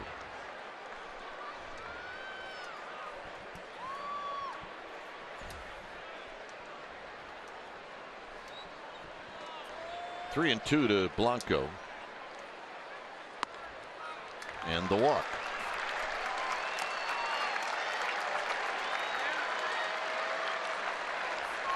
And Denard Spans have an opportunity to pick up an RBI or two. There's the flat Mike's talking about. June 13th, 2012. Yeah, I'm not sure. I think Gregor Blanco was mentioned on that. It's the only one in 134 years of the Giants. In their history, they'd never had a perfect game until Kane did it.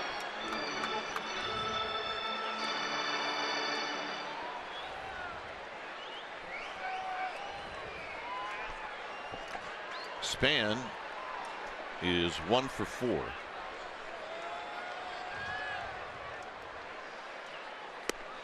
a strike, and it's 0-1. Joe Panik on deck. It's great when you listen to Tim Flannery talk about closers and guys who are late inning relievers, and he calls them all adrenaline junkies, which they are. And this became a maintenance inning for Fernando Rodney, who needed to throw. There hadn't been a save for him for a while, and he's struggling here. As so oftentimes you'll see closers getting this kind of a role, or setup guys getting this kind of a role, and they just don't have the same adrenaline. Pence, Brown, and Blanco are your base runners.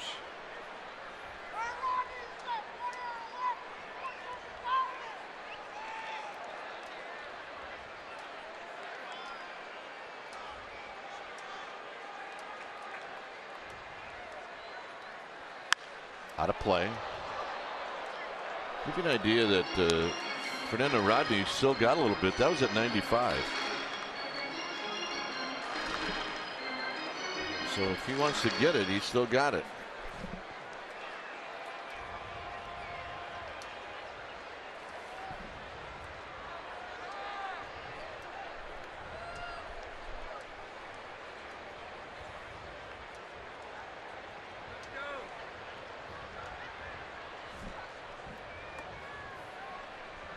One and two to Span. 2-2. 96. I mean, that's more than healthy with the fastball. And he's kind of had some ups and downs in his career. I mean, when he's had some really big years where he's been amongst the league leaders in saves, and then other years where he didn't have that consistency and would fall out of favor.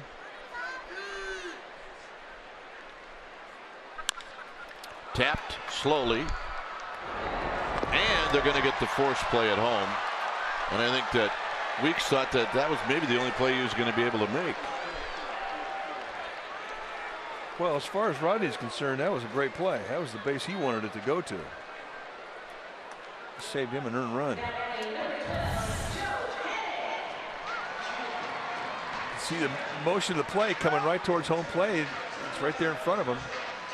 Giants are wondering if Derek Norris had kept his foot on the base long enough, so they were taking a look at the replay. And he never looked anywhere else but home. Change up and a swing and a miss.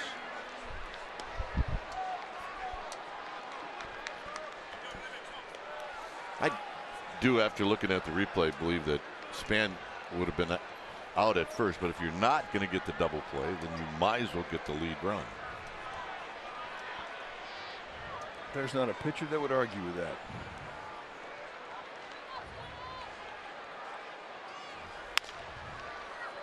Hit the other way, foul.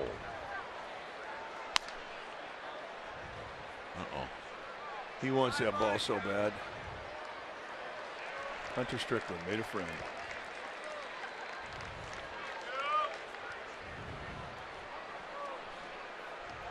Who would argue with that guy? Nobody. 0-2 to Joe Panik.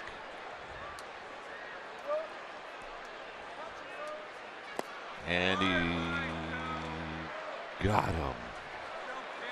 And that's going to end the inning. Ninth inning coming up. 13-8 Giants.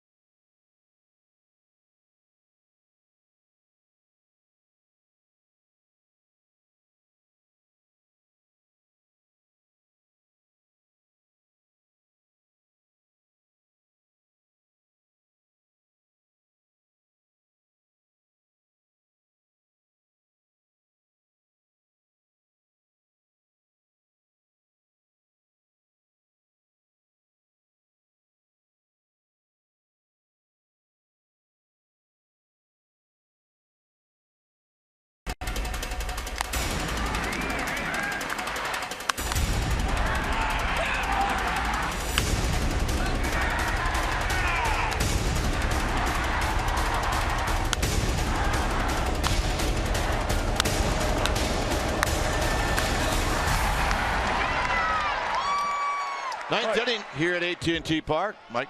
Time now for our play of the game, brought to you by Honda. And we'll actually tell you that in a bit here. We have a new pitcher. So Javi Lopez is going to face Jemile Weeks. And a strike, and it's no balls and 1 strike. So when it's time for a change, think Speedy Oil Change and Auto Service, your oil change, tune-up, and smog experts. Javier Lopez in for the 11th time. Getting some work.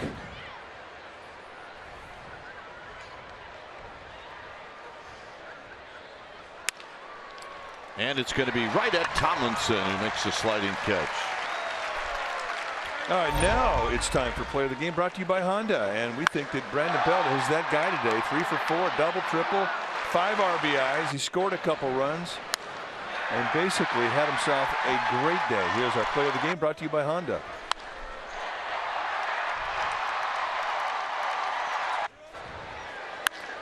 Opposite field, pulled the ball, hit it everywhere. What a nice game. There's a strike to Jankowski.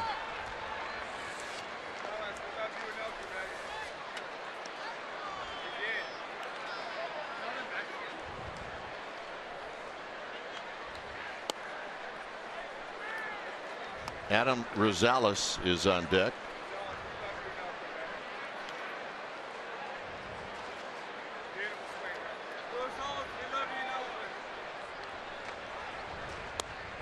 So Lopez misses low and away. Giants with 3 in the first, 3 in the third, 4 in the fourth, 2 in the fifth, 1 in the sixth. So they piled on.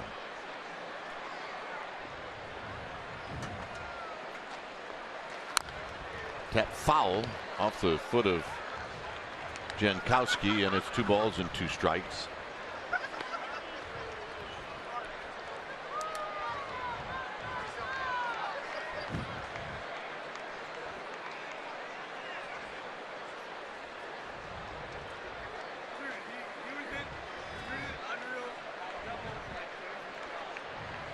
Two and 2.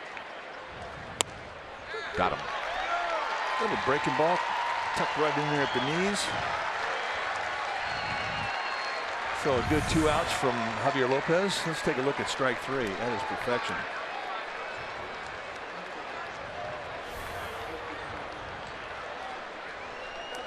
So Broadway's coming in. We're going to take a break. It's 13-8. Giants.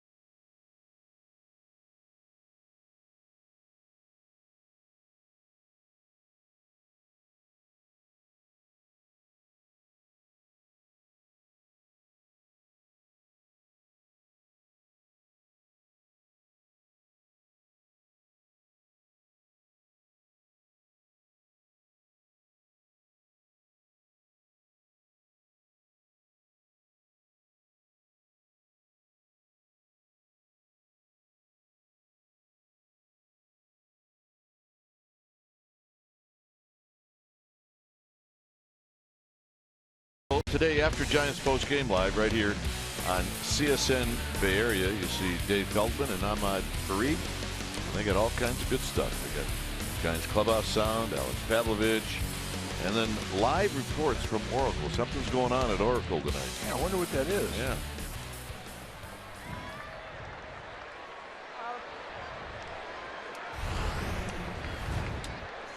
So here's Rosales batting for the first time.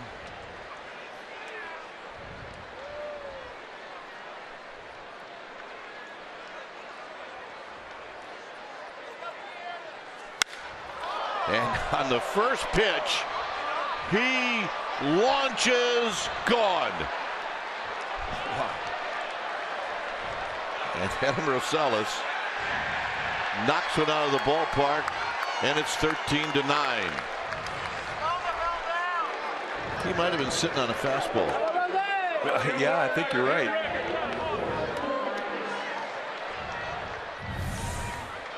Just to get it in, first pitch challenge, fastball at the belt, boom. And he takes on the deep part of left center and clears it easily. So here's Myers with 2 outs. He had a 3-run home run in the 7th. Hit it off of Okert. Bruce Bochy didn't want to have to do this, but he's doing that. Yeah, I'll go up there and start playing some catch. Stretch it out a little. Yeah, he's got a day off tomorrow.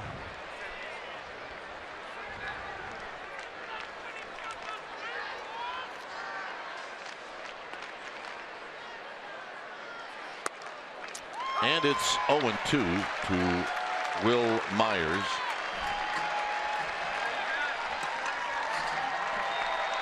Javier Lopez at the pinch, all waiting for the 27th out. Yep, they're ready to get on the plane.